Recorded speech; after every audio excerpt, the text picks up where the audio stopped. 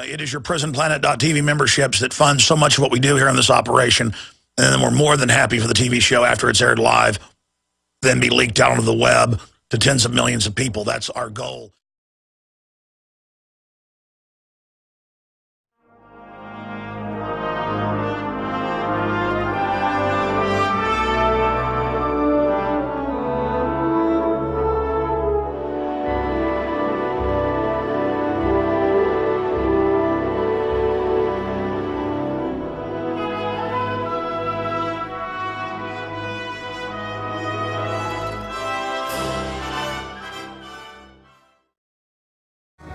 My friends, the war drums are beating louder than they ever have for war with Iran and a, quote, U.S. strike, that means a banker strike through our military against Syria after they've sent in al-Qaeda to destabilize the country. It is crazy, the amount of off-the-chart news and information that we're going to be covering here on this Tuesday, 21st day of August, 2012 worldwide broadcast.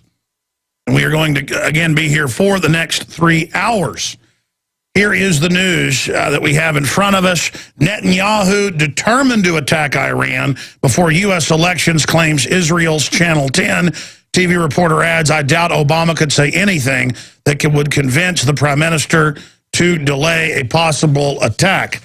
Continuing, war with Iran appears more imminent. New American Magazine, WorldNet Daily, when Israel strikes Iran in October, by Joseph Farah. BBC, Obama warns Syria chemical weapons use may spark U.S. action. What have we been saying for a month? They're going to have a false flag claiming Syria used chemical weapons. Unbelievable. Meanwhile, our criminal government run by foreign banks publicly runs al-Qaeda. There's an article by Tony Cardalucci up at Infowars.com with that. U.S. desperation surfaces in Syria. But I don't say U.S. We're a proxy state that is used by the globalists who are busy destroying all nation states as fast as they can.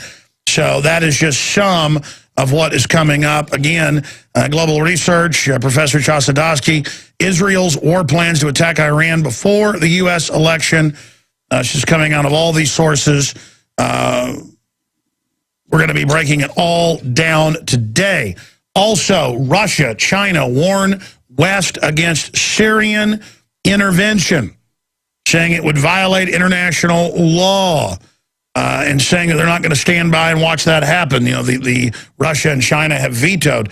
And again, it's not that I'm siding with Russia and China. My government's gone. It was captured by foreign banks who brag that they've captured the country.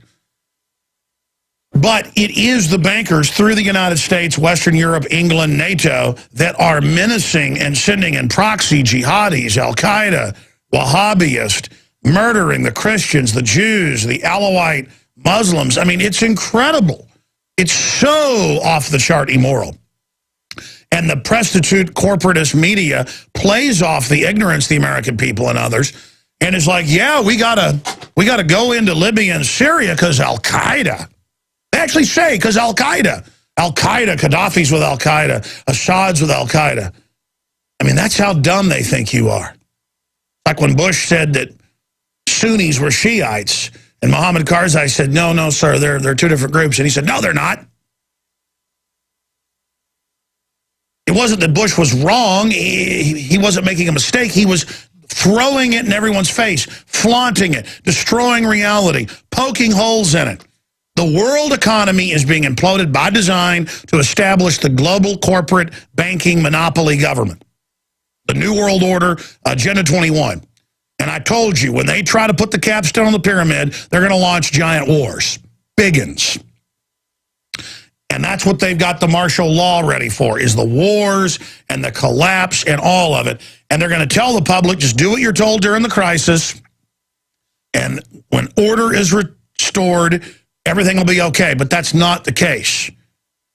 And I hope there's ways to back this off, but you see everything converging. The election, these conflicts, these larger wars, the world lining up, squaring off, all of this. So the Russians are their own corrupt system. The Chinese are more merged with the globalists.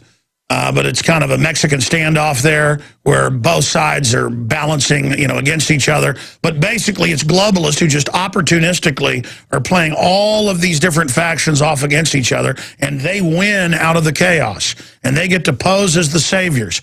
And their puppet minions get higher approval ratings once this happens and can take liberties. And then they can stage terror attacks or open the door for people to attack, and then use that to crack down on the general public.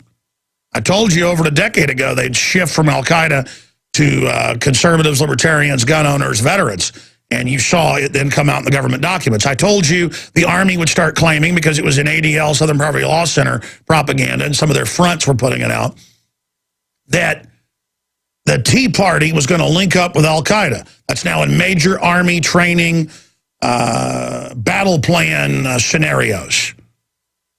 Yes, they say that in North Carolina, the Tea Party is going to radicalize and merge with Al-Qaeda. And illegal aliens, I forgot that part. I mean, that's like saying that the lamb will lie down with the lion. I mean, it's like saying Superman is Lex Luthor. I mean, it is Lax Luthor, whatever his name is. It is so ridiculous. Ridiculous. But this is what they're going to do. And more, it looks like they're getting ready to pull the trigger on this. I hope we can back them off. And there still may be a miracle. But I want to hear from all of you on this topic.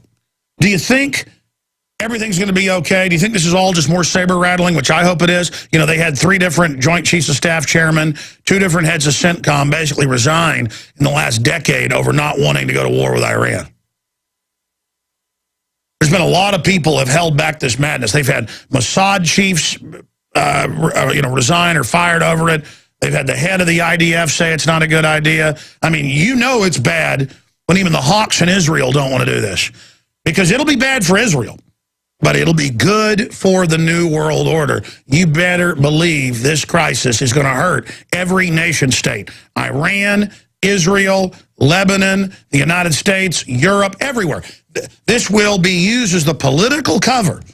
They always do this, World War I, World War II, at the beginning of or right at the end of an economic crash.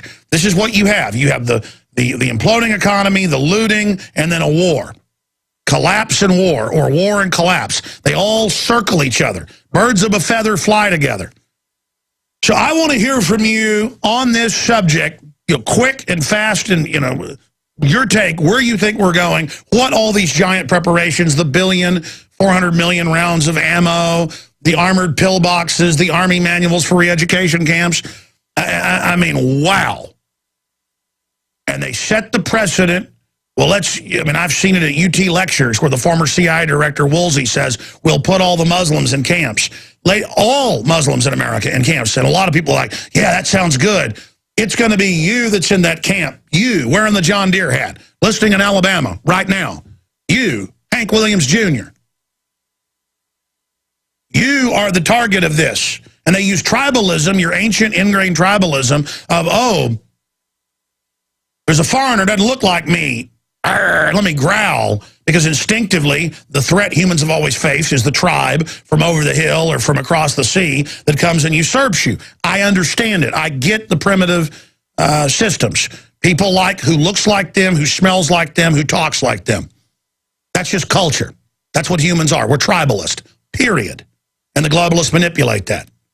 That's what divide and conquer is. A bunch of tribes fighting with each other. Instead of having a tribe that is for liberty and justice and human equity and freedom and creativity and the rule of law and science and honor and loving God and not having these churches superimpose themselves in front of it. That's what we're talking about here. And we've got to decide whether we want good or evil. Because no one can deny the world is hurtling towards disaster. There's already disaster worldwide. Starvation, death, exploding food prices, riots. We live in a tiny island that, even though it's began to sink, is still the highest point in the world, other than Switzerland. We live on an island here in the United States, in Canada, in places like Scotland, places like even areas of Ireland, places like Switzerland. We live in islands of good, strong, common law, common sense culture. And all around us is absolute bedlam intensifying. And the globalists want to take America out in the final equation and bring in a tyranny here. And to do that, they want to start a civil war in this country. They plan to train the police and military and hype them up and teach them that their main enemy, like training an attack dog, is gun-owning libertarian conservatives. That's why they seize on every cop killing, even though they're rare. They search their computer files of even associates of the reported killers, this case in Louisiana. And then they find one of them who's visited my website and come out with the headlines, the ADL yesterday, Alex Jones. Alex Jones. You know, these guys loved Alex Jones. Why is that? Because the globalists understand that I'm aware of their game plan, and they hope that you don't catch on to it. They want to get a civil war going between the police, the military, and the citizens, which will chew up the police and military and further radicalize them into a real terrorist force. Then they'll get out the old guard, bring in the new guard with mercenaries and foreigners. They train for it in NLE-09, you name it. We're going to be breaking that down today. But first, I want your take on what I've said here, and I'll get into some of the incredible geopolitical developments as well. The toll-free number to join us is 800-259-9231. 800-259-9231. The websites are prisonplanet.tv, Infowars.com, prisonplanet.com. We got some big announcements today as well. Very important transmission. We'll be right back on the other side of this quick break, and we will go to your phone calls directly. Is it going to be World War III, financial collapse? The globalist orchestrated the build-up to World War I to destroy the old order in Europe and bring in this corporatist British Empire model through corporate governance. They've written books on it. Carol Quigley's written about it. They brag about it.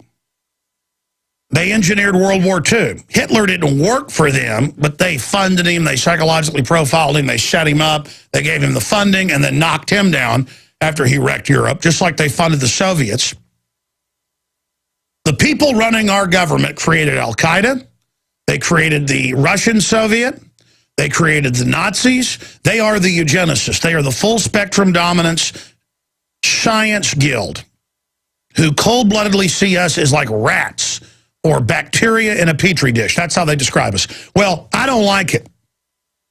And I had a caller yesterday who said, what is the point of debating Romney and Obama and who's the lesser of two evils when they're chemtrailing us, when the GMO, when the cancer rates are exploding? And it's true. The reality is so much more wild than even debating whatever the news is. But let me tell you something. War is a big deal because that's what they bring in to sell giant change.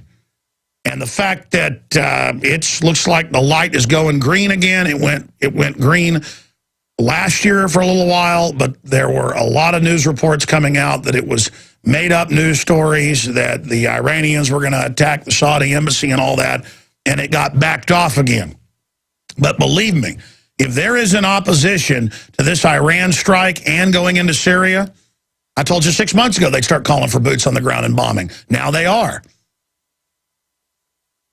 Told you what would happen in Libya. People are like, oh, they're not going to bomb. Oh, they're not going to invade. What happened? I mean, this is a big globalist move. And remember, they hate all sovereign nations. Good, bad, ugly, indifferent. Assad, Iran, U.S. The globalists are busy using us to destroy their enemies while they enslave us. And nothing is better than a war. So we need to not have a civil war with the police and military. We do not need, at the drop of a hat, in my view, if the police show up at your house, shoot them. We do not need to do that. We do not need to go into war mode. And look, the globalists have pushed people into this. I would tell the police, too, I would back off. I mean, we just do not need to have this happen. We need cooler minds to prevail here. Let's go to your calls, as I promised. Bob in Michigan, first caller, welcome. Hi, Alex. Thanks for having me on. I appreciate it. Appreciate you. Yeah, I really think you've hit the nail on the head here, certainly. You and a lot of other talk show people have really done a good job in exposing this, and keep doing that, because that they don't like the light of day. They don't like the truth like Ron Paul is giving us. I think our best export from this country, honestly, is our Constitution, and working together as a people, no matter where you're from. I'm only a second generation off the boat, Ellis Island, you know, the whole thing. My mother was in a industrial town in the Midwest when she grew up. During World War II, you know, she had stuff thrown at her and things like that, and they were, you know, looked like everybody else. But after the war, of course, they were, you know, they're big buddies. They were always good citizens. They were always law-abiding, hard-working people. But I really think our biggest ace card here to play is the freedom, our background, and our history of tolerance. You know, and some people may call that Christian ethics. So be it. But that doesn't mean that it's just for a small group of people. These people, no matter where they're from, rolling up their sleeves, getting with the program, and helping with this is going to be our answer. I couldn't agree with you more. The last thing we need is trouble. That's what they want. That'll give more excuses to go in and hurt people, destroy infrastructure, and all kinds of things we don't want.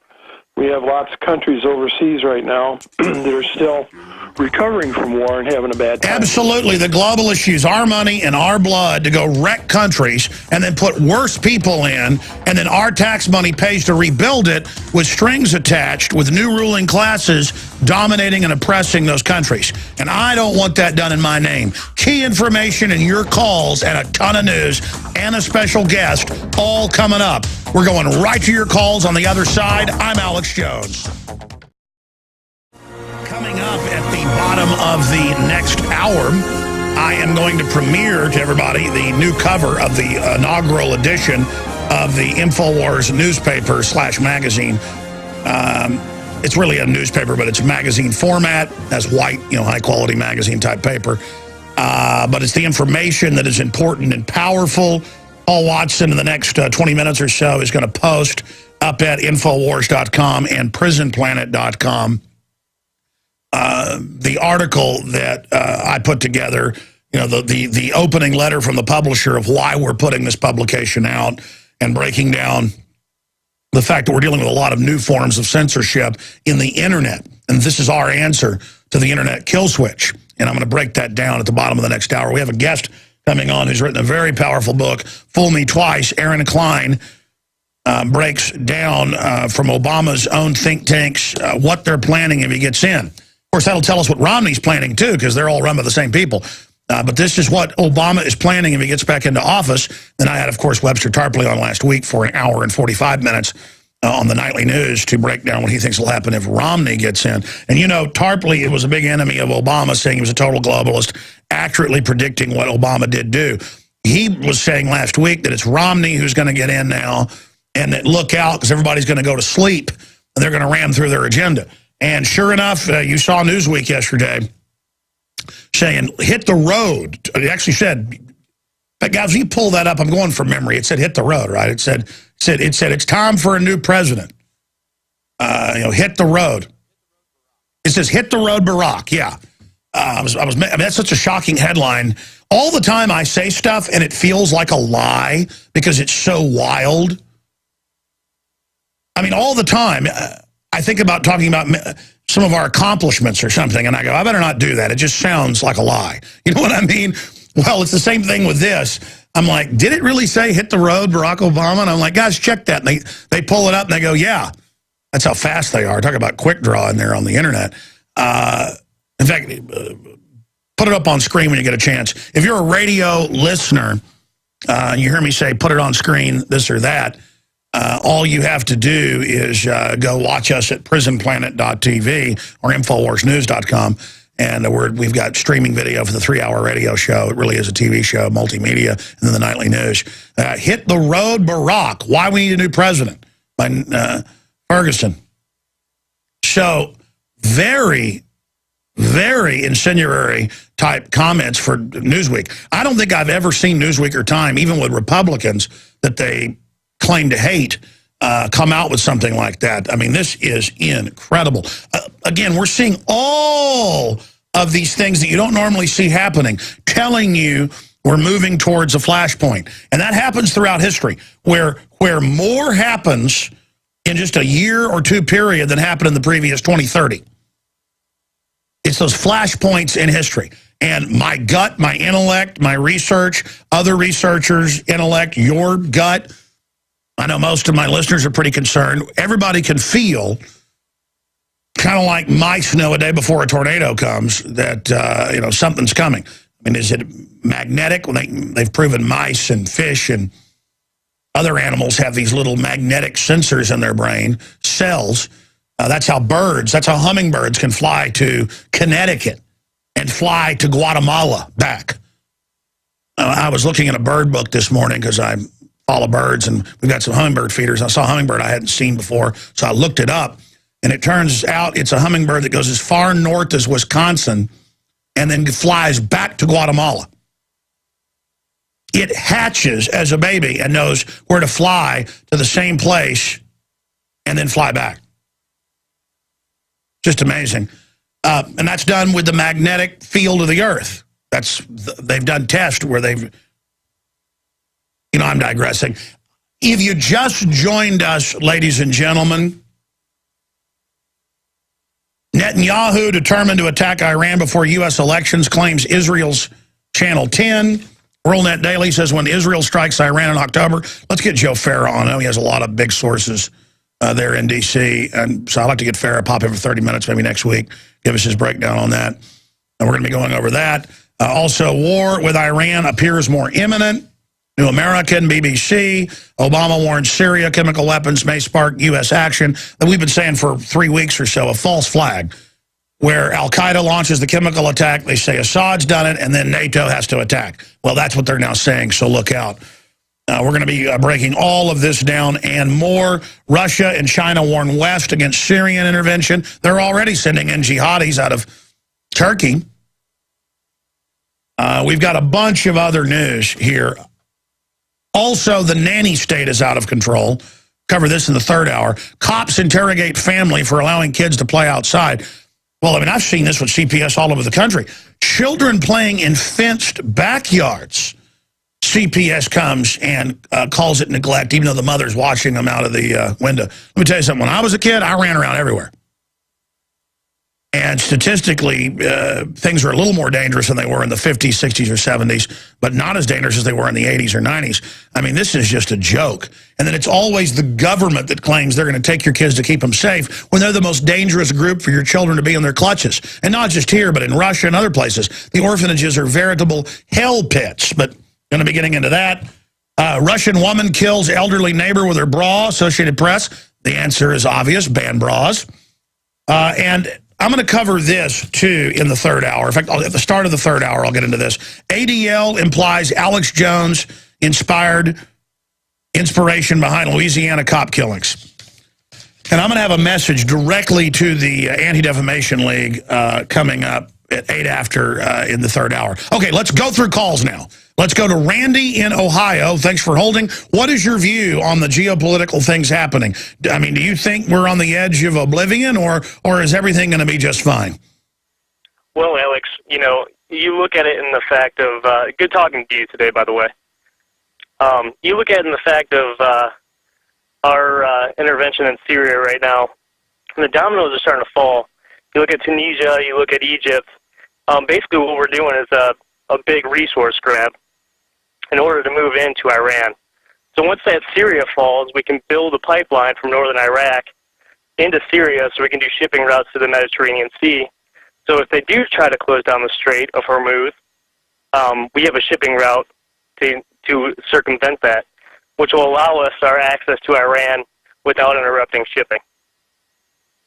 Yes, that's the grand chessboards, the Big Brzezinski. But when we say we're paying for it, just like we paid back in the 70s and 80s to put in the big drilling rigs and oil pipelines, but 20% of the oil of Alaska is allowed to be shipped to the West Coast. The rest of it, per agreement, is shipped to Japan and China. So again, we go pay. It'd be one thing if we were going over there to steal the oil. Because I hear good old boys all the time go, hey, we need that oil. I'll admit it. We're going to come take your oil. You're lucky we don't glass parking lot you with some hydrogen bombs, boy. Well, I mean, here's the deal. The globalists hate good old boys even more than they hate Arabs. I mean, if you actually compared the average Muslim to a good old boy in, say, East Texas, they're a lot more similar than some, globalist, eugenicist, fake liberal. I mean, they want guns, they're into freedom, basic freedom. And again, I'm not even defending some of the Muslim sects out there. The point is that this isn't our empire. I always say, we're in Iraq, we're in Afghanistan. No, we're not. Our captured military under globalist control. It'd be like if Hitler took over France in 1941. If Hitler took over France and he had the Vichy French and the police, the military, were already been paid off by him, so they just basically stood down. And then if Hitler would have sent French legions, which he actually did have some French battle groups, off to fight a war, it's not the French military off fighting the war. It's collaborators. So this is a banker globalist system, and we've got to get those definitions in our mind. It is not our military is not growing opium in Afghanistan. Our captured soldiers who are under mind control, cultural mind control, and who don't even know who they're fighting for, are over there growing the opium to ship it all over the world. I'm sorry, I'm ranting. Go ahead and make a point. No, I agree with you, but I don't agree with the timeline of October. It's not going to be an October surprise because we have to secure Syria in order to secure the pipeline routes. So we're probably looking at an attack with Iran feasibly within the next year or two. It won't be this year, because we don't have Syria under control yet. Well, that's right. They need to knock Syria out first, and that's why they wanted the Al-Qaeda to be able to have secured the job and get down to the important business of murdering all the Christians and Jews and minority Muslim groups, because the Peace Prize president said so, and it's so loving. But that's why they could attack and bombard Damascus with a peace bombardment like Libya any time now.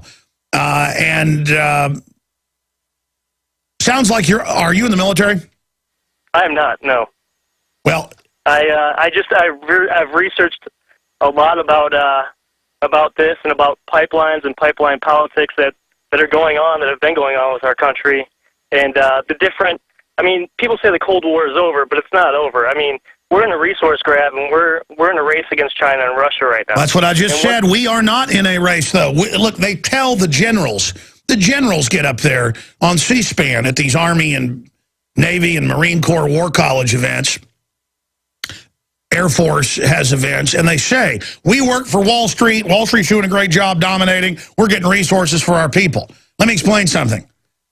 The globalists work to make sure we don't get our resources. We're already would be self-sufficient. Globalism is about not letting countries be self-sufficient. That's why they want that oil over there, so China and Iran and India and Russia can't get their own resources and develop themselves. The bankers don't want anybody developed, sir. They want everybody under their control. So I agree with what you're saying in generality, but I don't agree with you going back to the thing saying we're in a resource grab. The globalists strategically have moved to China. That's the real future. When they're done with us, China's going to be the center of the world, okay? And China has been positioned to get, I said 95% because my mind automatically ratchets down. It's 98.7% of all rare earth minerals. Look it up. Guys, just type in 98% of rare earth minerals controlled or mined by China are dominated by China. Okay? That's what's going on here. Okay? And the globalists position themselves. Ted Turner, Marie Strong, the British royalty, the Rothschilds, all of them, the Rockefellers. Everything's in China now. China, China, China, China, China, China, for a lot of different strategic reasons. They can leverage out anybody's competition with cheaper goods. They'll follow a one-child policy. They do what the globalists say. That's because our government put Mao Zedong in power in '49. That's been declassified. Okay, the communist Chinese are in bed with the globalist, who they then plan to double-cross what's left of the United States. I'm sorry, I appreciate your call. Very interesting points. I'm ranting here. Who's up next here? Jason in Pennsylvania. You're on the air. Go ahead. General Jones, God bless you. How you doing today? I'm all right, brother. What's on your mind? Good. I got my rabble-rouser next to me here. I'm drinking it, and it's some good stuff, brother. I love it. For those that don't know, tell them what a rabble-rouser is. It's an Alex Jones special. It's a tangy tangerine, 1 scoop of tangy tangerine, and a pollen burst, and it rules. Well, thank you so much for supporting us by getting that at InfoWarsHealth.com, and thank you so much for calling into the broadcast. What's on your mind? Okay, real quick, because I'm off topic. Alex, I pray to you, please, go to HomelandSecurityUS.com. It's Doug Hagman's site, okay? Fourth thing down on the main page, right in the center column, there's an article entitled Christianity and Gun Owners in the Crosshairs, Chilling Tactic Exposed, okay? It's an article about what happened to me. I started a radio show myself recently, and I did a broadcast on August 7th, okay? One of my buddies heard the broadcast, and I talked about how I didn't like Obama, that I think that the hammer's probably coming down pretty soon, and I picked up some firearms recently. Alex, the next day, August 8th, I was sitting in my home, and I got a call from a cop. And he said to me, Jason, I'd like you to come out on your porch for a second to talk to you. So this is what he says to me, Alex. He says, all right, so here's the thing. You have to come with us. I said, sir, what is this about? He said, my friend from New York called and said that he was concerned about me and was worried about me. So this is what happened. He 302'd me. He called the CMC, and under Law 302 in the code, which is a mental defect. No. That's what they do now, is they take any comment about the hammer's coming down, I'm going to get some firearms, and they spin that you're going to kill yourself. This is this new mental illness thing. They had a Marine who said some similar things, and they came and put him in a mental institution. So what happened to you?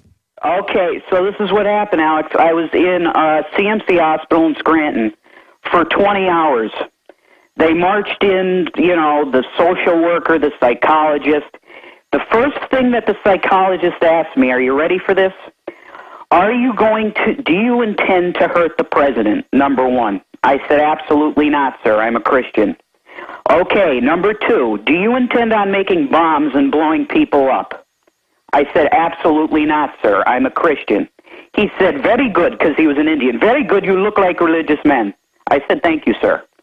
So I was in there 20 hours, and Alex, they weren't going to let me go unless I, number one, agreed to get rid of my firearms, number two, I agreed to go to counseling, and number three, that I immediately call somebody to prove that I have a support system. Yeah, what they do is they extrajudicially, off of your free speech, induct you in there, you act friendly, then they get you to waive all your rights and agree that you have mental problems to then go pay to have quack drug-pushing psychiatrists claim that you have mental illnesses, all because you said the hammer's coming down. You're saying on a radio show you said this?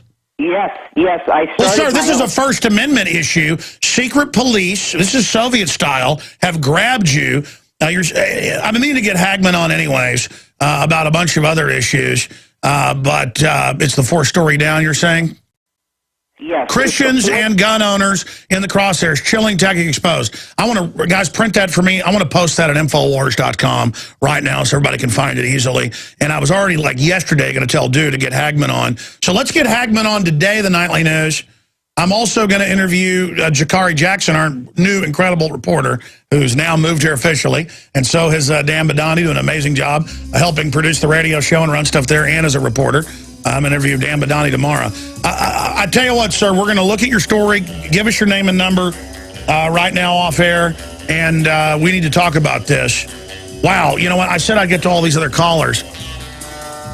You know what? Stay there. I want to hear the rest of the story. And then we'll go to everybody else. But A radio talk show host arrested for saying, wow. All over the world, school children are hand scanning and face scanning to buy and sell, to be able to get cafeteria food or to check out books. And when parents say they think it's the mark of the beast and don't like it, they're called conspiracy theorists. See, if you don't like TSA grabbing your genitals, they call you a conspiracy theorist. It's like if you say you don't like strawberry milkshakes, you like chocolate ones. Having an opinion is now a conspiracy theory. Like, hey, I don't think we should have checkpoints on the highways. Whatever, conspiracy theorist. Meanwhile, world government is being thrown openly in our face. Now, by the way, I've scanned over this article now, and we're going to get Mr. Hagman on. I'm posting this article at Infowars.com and linking over to it. It's also in Canadian Free Press. Christianity and gun owners in the crosshairs. Chilling tactic exposed. That's a great headline, but I'm changing it to Thought Police Kidnap Talk Show Host. Because if cops are banging on my door, I'd say, what's the emergency? And they said, we need you to come out here and talk to us. I would, then say to them, well, what's it about? And they said, well, it's about your comments on your talk show about, guns and the hammers coming down. Well, yeah, I clearly was saying this country's collapsing, and we all need to get guns to protect ourselves. That's in national surveys, #1 reason to buy guns. Let me call in local talk radio right now, and I'll also call 911. And yeah, they might try to have a big standoff and a big event. At least the police will be there. There'll be news. You can come out and say, hey, charge me with a crime. Instead, they take you to an extrajudicial situation, and then now they're trying to induct you into agreeing to go to their classes and sign agreements saying you're mentally ill and give up your guns. When, yes, I think everyone should buy guns because all over the country, I saw a story 2 years ago where Oakland, California, their crime rate has exploded since then, said we're not going to respond to 30 crimes, including robbery, you name it. All over the country, I see them lay off 20, 30, 40, 50, 60% of the cops. Some areas are getting rid of all of them. And yeah, we need guns to protect ourselves for a deteriorating society. And the hammer, it looks like, could be brought down against the American people. My gosh, we've got Army manuals that are public where they say they're going to arrest us for our speech. And they're trying everywhere. I've talked to so much family and friends where people at a cookout will say, I hate Obama. They ought to throw him out of this country. Boom, Secret Service next day, in their face. We want your guns. You know what? Secret Service comes around here. I'm like, look, you're the guys that helped kill Kennedy. Just get out of my office. And I do. I tell them that. I'm not going to, look, the ADL's out here saying, that I'm, and others, that I'm going to promote violence or cause violence. Not offensive violence, but I will defend myself. They want to start a civil war. They can't win politically. Our ideas are winning. They're panicking. Sir, do you agree that you were basically coerced with a guy, with a gun, basically kidnapped into going down there with them? Yeah, Alex, that's pretty much the best way to put it. The way I saw it was this, Alex. And have you told folks your name? You'll tell people your name in your talk show and what happened? Well, I appreciate that opportunity, yeah. And I was going to mention the website. The website is revelationnews.net. That's my website. Oh, I've seen your site. Yeah, you've got a popular talk show. So now they could come here. I've said, hey, they're getting ready to drop the hammer on us. We need guns to protect ourselves. Are they going to come here? Are they going to? This is a group that ships guns to Mexico to blame the Second Amendment. I'm so sick of it. Wow. Again, tell people your name. My name's Jason Egroff, but I just want everybody to listen to the August 7th broadcast, okay? It's the last one on the Blog Talk Radio widget at the bottom. You tell me, Alex, if I said anything that warranted this, all right, brother? Well, listen, you need to sue them for violating your civil rights, trying to coerce you out of your Second Amendment, especially if you don't have a criminal record, okay? This is the psych police. This is the thought police. Ladies and gentlemen, we are now into the next hour of global transmission. Unbelievable news up at Infowars.com. We'll be mentioning some of it in the next segment. Let's continue with your calls. Very chilling call. We just had a moment ago a talk show host that said they're getting ready to drop the hammer on this country. I need to buy some more guns. and they came and didn't arrest him, come outside, get in the car, you're going to commit suicide. No, I'm not. I didn't say anything about that. Well, we'll let you out of the mental institution, but you got to give us your guns. Which, again, if he'd have just sat there, a court hearing would have come up. He'd have gone before the judge and said, this is crazy. I have no psychiatric history, no criminal record. I have a radio show.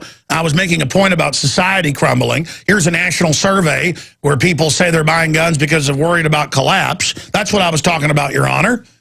Here's my wife and children, and I'm going to file a complaint on these people after this is done. You'd have been out. But they use your ignorance of the system to Shanghai your butt. The TSA's running around outside the law now doing whatever they want on the highways. The psychologists are.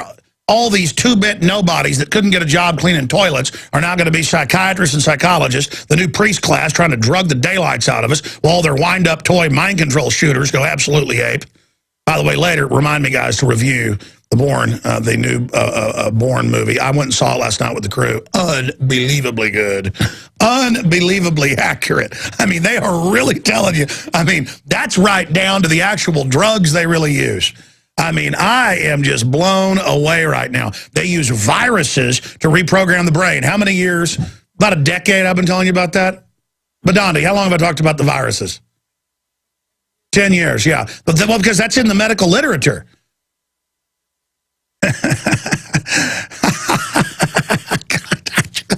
That movie's real. That's all I can say. There's my review right there.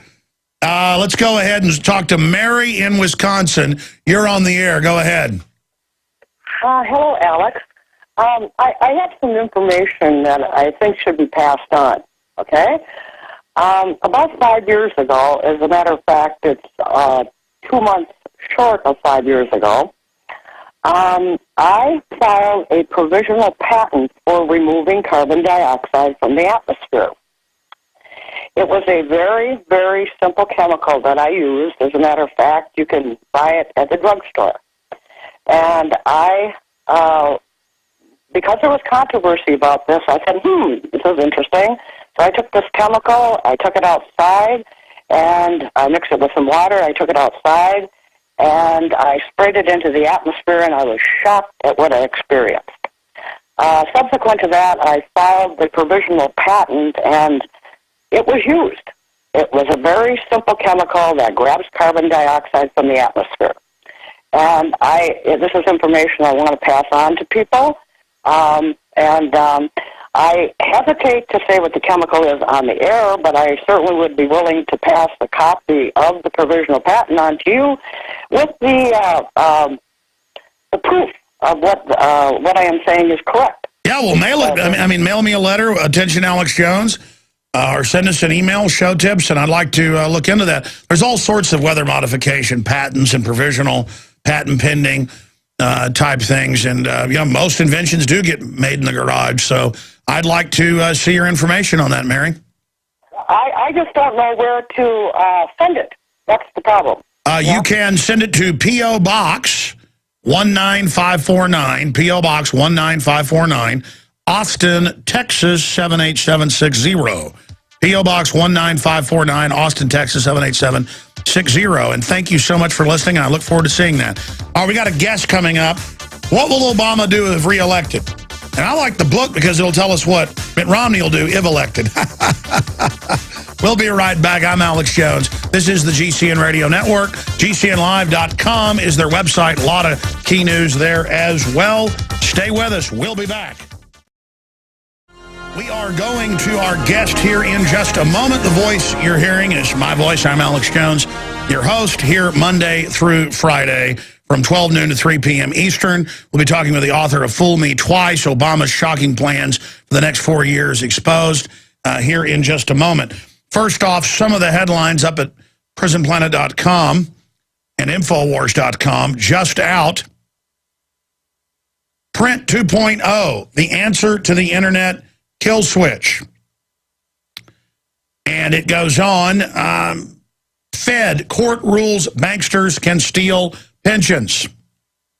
Cops interrogate family for allowing kids to play outside. Pre-crime cameras for RNC in Tampa.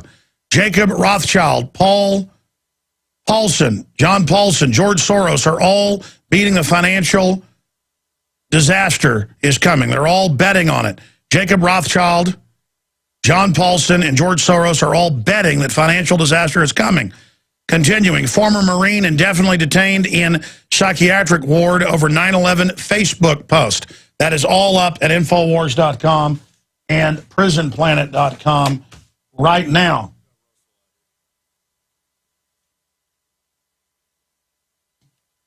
But now I want to bring up Aaron Klein to go over his excellent book that I finished reading last week, Fool Me Twice.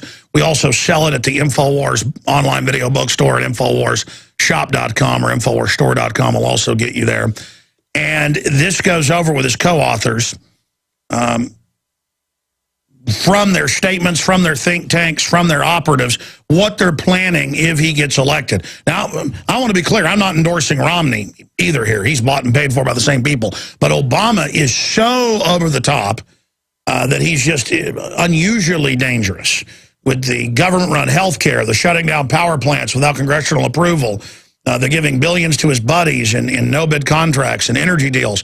I mean, it is the Chicago Mafia on steroids running our country, and they've done some amazing research. Aaron Klein is a New York Times bestselling author, journalist, and radio host. He's a senior reporter for WorldNet Daily and hosts Aaron Klein Investigative Radio on New York's WABC, the nation's largest talk station. Klein's program is one of only 2 weekend shows in the U.S. to make the Heavy Hitter 100 for the top of American radio shows for Talkers Magazine. His previous books include Red Army, The Manchurian President, The Late Great State of Israel, and Schmoozing with Terrorists. And Aaron Klein joins us right now from their research to break down, that's why I like the book, it goes from what they're saying they're going to do, but this isn't getting, I mean, it's a bestseller already, but it's not getting the attention it should. Really scary what Obama will do, because then he isn't facing re-election. He can basically do anything and have pardons. That's why it's so scary if you're a new listener. I know most of you know that. So, Aaron, good to have you on with us, sir. Thanks for having me. By the way, I also don't endorse Romney. I'm not a Republican or a Democrat. I'm an independent. I actually think that Romney's probably going to be a slow-motion version of Obama. But as you said, these plans really lay out very clearly that if Obama gets another 4 years, we will not recognize the country. I agree with you, because then he, again, isn't facing re-election, has the pardon power. Run through it, why you decided to write the book, basically, you know, break down for us. Obviously, the book covers it in more detail, but what the plans really are. I mean, this is a news-making interview here. A lot of people, I don't think, realize if you think Obama's been bad, you ain't seen nothing yet. Yeah, the flexibility that Obama promises to the Russian president on, let's say, missile defense in Europe, that obviously begs the question, if he's hiding policies from the American electorate on foreign policy, what is he hiding when it comes to domestic policy? So I personally was prompted to write the book because I saw how in 2008 Obama ran on such a general platform on hope, on change, on fundamentally transforming the U.S. Of course, actually not a single reporter, as far as I know, bothered to ask him directly, what do you mean, Obama, by fundamentally transforming the U.S.? What do you want to transform it into? Well, he's trying to do the same thing now, and that is run on a general platform of, prominently of something called economic fairness. He constantly talks about fair share. The rich should pay their fair share. But what does that mean? Why doesn't anybody bother to ask him what it means? So what I have done is I've gone through, there are certain key progressive organizations that were behind Obama's first-term agenda, and actually in a very specific way. I mean, to the point where some of these groups, like the Center for American Progress, like DEMOS, like the Institute for Policy Studies, like the Economic Policy Institute, these groups crafted parts of what actually became the text of the stimulus bill, what actually became some of the text of the health care bill in Obama's first term. So what I've done is go through thousands, with my co-author, Brenda J. Elliott, thousands upon thousands of documents for what these same progressive groups and activists who are behind, in a very real way, Obama's first-term agenda, what they're planning for his second term, for recommendations for his second term on all fronts, on jobs, on economy, on exactly, by the way, what he means by economic fairness, on immigration overhaul, which will translate into executive amnesty for millions of illegals, on health care, which might begin with Obamacare, but that's just the start. We're talking about nudging toward a single-payer system, on national energy policy, on Pentagon plans, on, by the way, using the Pentagon for globalist agenda, and so much more. Continue. Yeah. Talk about economic fairness, because, again, Obama really has been driving that term home. In fact, he gave a speech in 2012, January 2012, his State of the Union, where he used economic fairness, that phrase, something like 5 or 6 times. Well, economic fairness, first of all, before we even get to what he's planning specifically, comes directly from Marxist doctrine. It comes right out of the Marxist playbook. I could trace it back to ideologues who want to basically spread America's wealth. But what I've gone through here is the progressive gang, again, behind Obama's first term, and they have specific plans for economic fairness. Let's go over them and see how fair they sound to you. For example, paycheck fairness, where the U.S. government, the federal government, can come and determine what would be the fair pay for an individual job in the private sector. So that's a bit of government centralization and control over there. Or welfare fairness, or actually specifically it's called living wage fairness, where the government swoops in and raises the minimum wage to meet what's known as the basic needs of individuals, such as housing, food, utilities, transportation, healthcare, recreation. So you might actually think, wow, that sounds really good. The government's going to come in and raise the bar on my paycheck. That's amazing. The problem is that this has actually been tried in the past. In fact, in over 80 cities from the 1990s until 2003. And by the way, it was pushed by Acorn in the past, and it failed. It failed miserably. It actually caused local economies in different cities to crash and burn.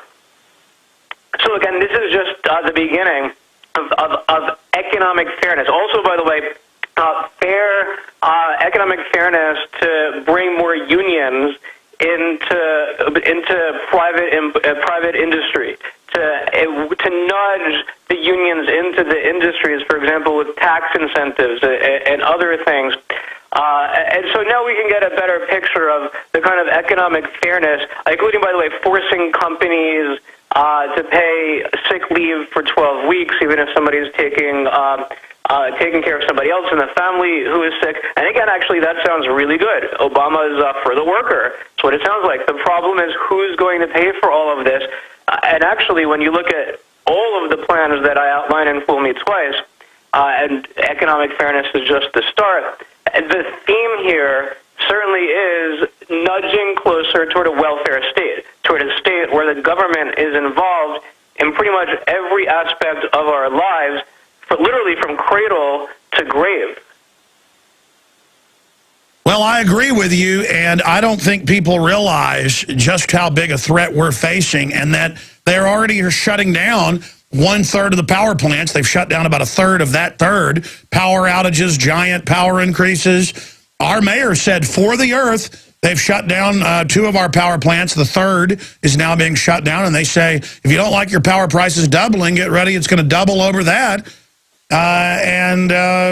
It's just a pretext to take over. This is a foreign army with bombers couldn't do this much damage to our country. Well, actually, it's interesting that you talk about the power plants shutting down. We also have battery companies, the day after Obama boasted about it, for example, in his State of the Union, a kind of green battery company, and then one of the battery companies from Obama's stimulus went bankrupt.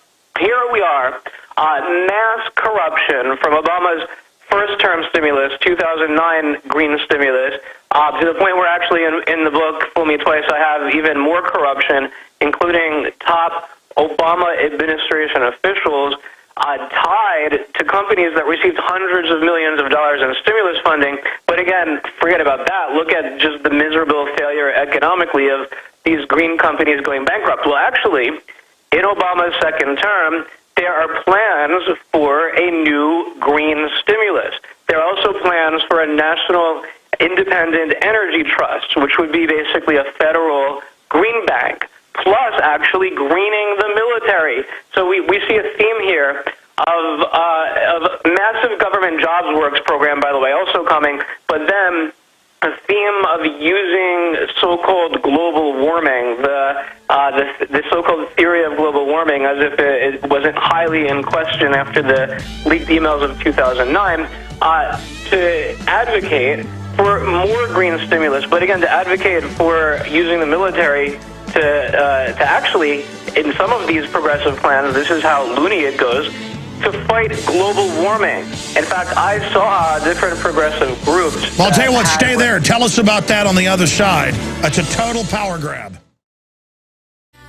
Coming up at the start of the next segment as we continue with our guest, I'm going to break down the new InfoWars magazine.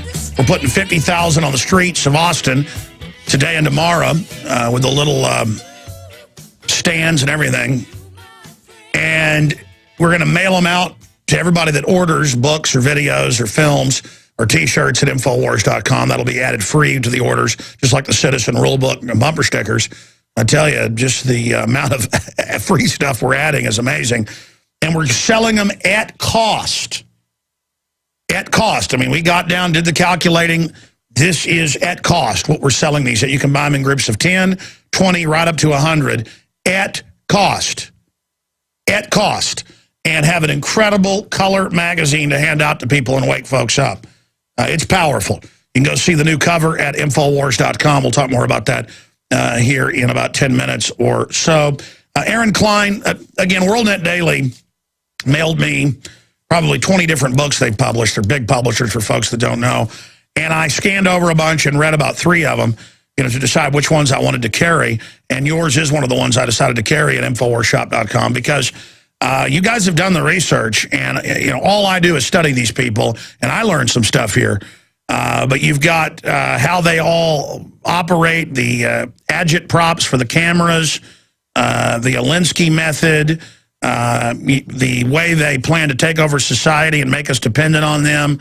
I mean, there's so much in here, and it's hard to really understand how criminal these people are. You break down the fact that they're gearing up to hack the 2012 elections. We have reported on that. But you were getting into the radical, fake environmental power grab agenda. And then let's get into some of the other areas in the book, because it is just a giant smorgasbord of information. A lot of people are asking me what's the most shocking plan that I found for Obama's second term. And actually, the answer is it's not one shocking plan. It's a series of small shocks, so that by the end of, let's say, another 4 years, it's incremental changes. It's like the frog that's boiling slowly in the hot water. It doesn't realize that it's boiling until it's too late. You talk about power grab, and that's what it is domestically. There's no question that this is government spending out of control, but more than that, it's government involvement in our lives. But then there's also the international aspect of this, of Obama's plans for the military, where on the one hand, we're talking about massive scalebacks to the military, but then on the other, aligning the military closer and closer to the United Nations, to peacekeeping forces worldwide. Oh, yeah, we've had Obama, as you know, in letters, but also the Joint Chiefs in Congress say that NATO and the UN are now over the military. I mean, this is incredible. Yeah, we had Panetta tell Congress, we will inform you if we decide to go. But actually, it's interesting that you mentioned that, because one key aspect of the military chapter in Fool Me Twice is the use of something I'm sure you're familiar with. It's called responsibility to protect, which is the doctrine that Obama employed to violate Libya's nation border, go in and remove Gaddafi, and then put in who knows who. That was my next point. Now they admit the main force is Al-Qaeda, also in Syria, and that's what he's twisted the protect clause into. That's my next question. Why do you think the president is openly aligning with Al-Qaeda and jihadis? I don't think that he is openly.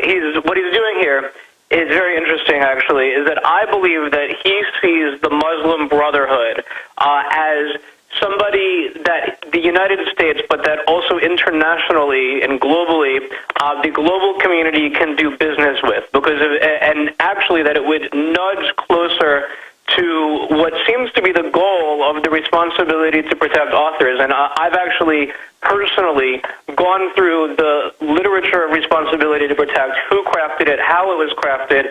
George Soros is all over it, and it was also authored by two individuals who write time and again how their goal, they actually write this and nobody bothers to look into this.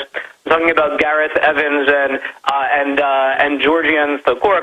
They talk about how their ultimate goal is to violate nation-states' borders and to ensure a one-world order, global rebalancing, international redistribution. That's their words, the words of the founders of responsibility to protect.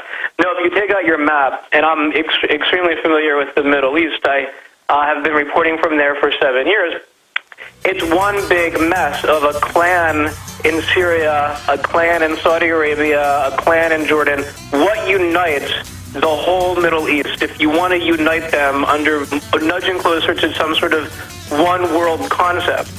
Well, that happens to be the Muslim Brotherhood. They're in every country, and if they take over, we're not talking about Egypt being a sovereign nation, because Egypt's going to merge with the Muslim Brotherhood. Stay there. Let's get into this. Aaron Klein is our guest for the rest of this segment. In a little short segment at the end of the hour, I'm going to read some excerpts of the new article where we're announcing and giving details about the new publication, InfoWars Magazine, free to everybody that purchases stuff at InfoWarsShop.com. You can also buy them in bulk, and in the next few days we're going to launch a subscription if you just want to get one every month or more copies. But right now you can buy them in bulk at cost. A key weapon in the info war. It's available right now. We can show people the article, too, if they're watching at prisonplanet.tv. Print 2.0, answer to the internet kill switch, going back to the roots of freedom of speech. Our answer to the internet kill switch, Alex Jones. And you can also link through there. In the first paragraph, you can just sign up for the InfoWars Insider, our daily news articles, videos, special reports, links to the podcast that we send to people if they sign up for the free newsletter. Well, tomorrow I will send, in the morning blast, email blast, we will send you a link to the high-quality PDF that you can just, turn like a regular page. It's just like reading a regular newspaper or magazine, but it's digital for your iPhone or iPad or Droid, or for your regular computer if you sign up at InfoWars Insider. A lot of exclusive articles in there by Gerald Celente, you name it.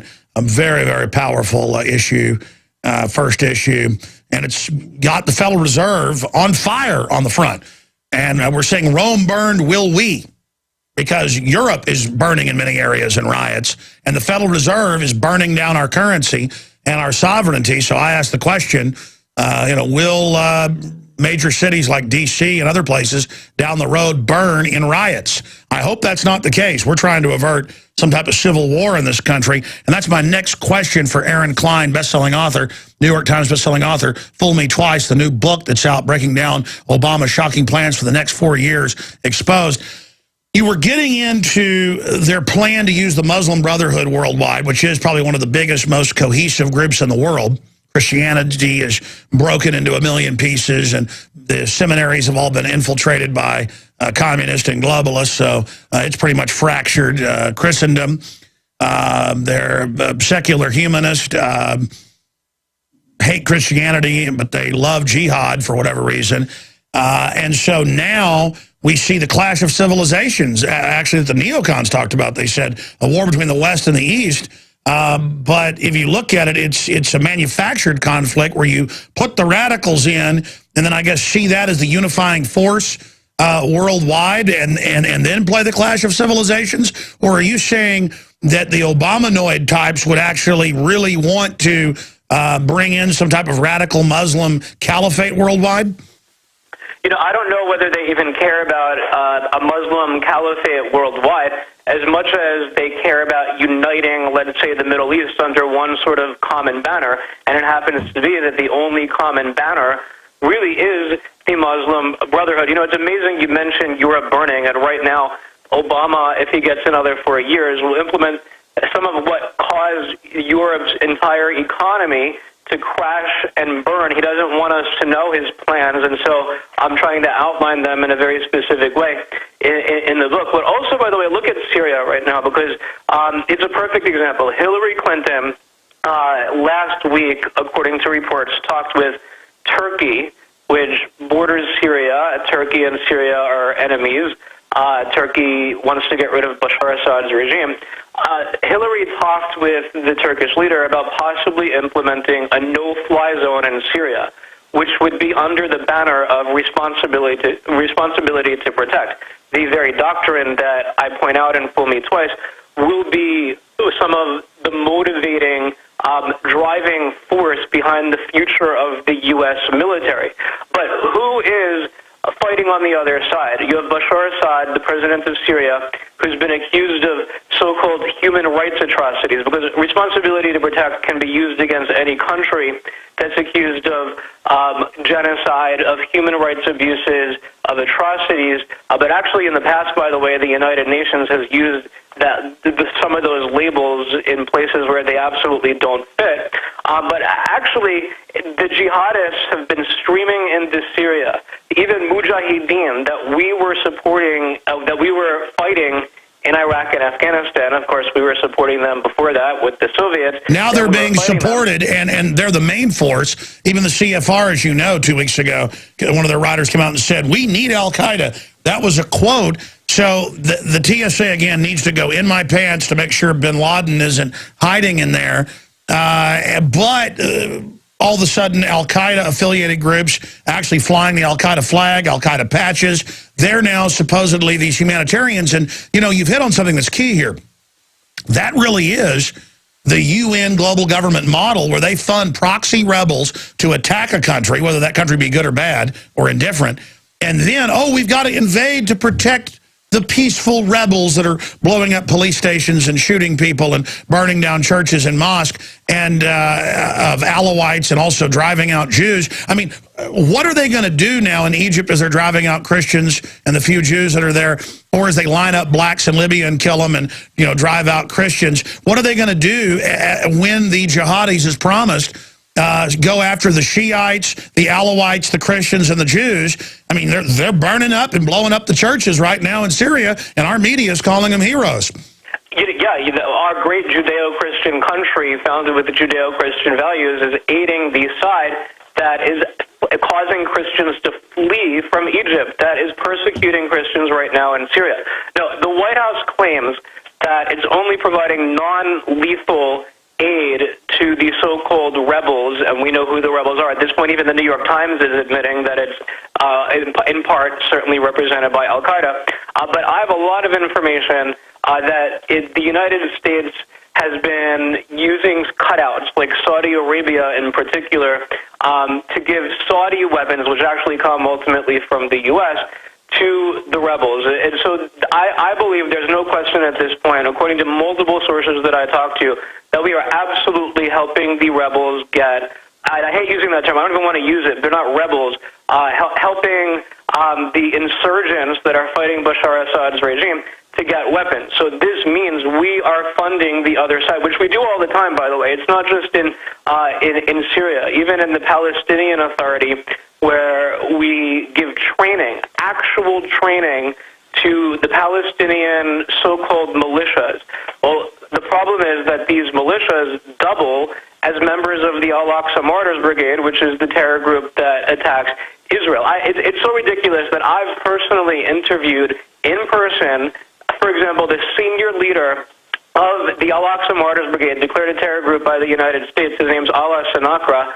I met him and his gang in Nablus in the northern West Bank, and he was telling me about how he was trained as a militia member by the United States. Or, even more ridiculous, we give weapons to them. And I found out that, at least until 2 years ago, the guy who was on the receiving team, the chief of the receiving team in the Palestinian Authority in Ramallah, that was getting the weapons, his name's Kamal Ranam, I also interviewed him. He's the chief of the Al-Aqsa Martyrs Brigade terror group also in Ramallah.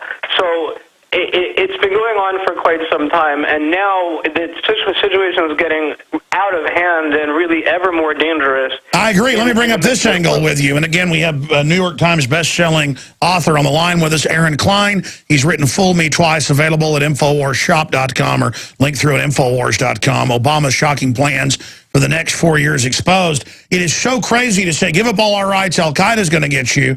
But then separately, openly being funding and training all these groups and affiliated groups. What about the 10,000 missiles, 2,000 plus being heat-seeking or radar-guided, that disappeared out of Gaddafi's caches and are now being shipped all over the world by these jihadis? What's going to happen when they start blowing up airliners? Well, I guess that'll give the government the excuse to take more of my rights because they gave these people 10,000 missiles. And it's admitted this is going on. I mean, what do they think is going to happen when radical jihadis are in control of Syria and our evil prostitute media is praising it while they commit black genocide in Libya? I mean, this is wild what's happening. So your comment on the missiles, and then what do you think the end game is? What would Obama do in the next 4 years with his jihadi brigades?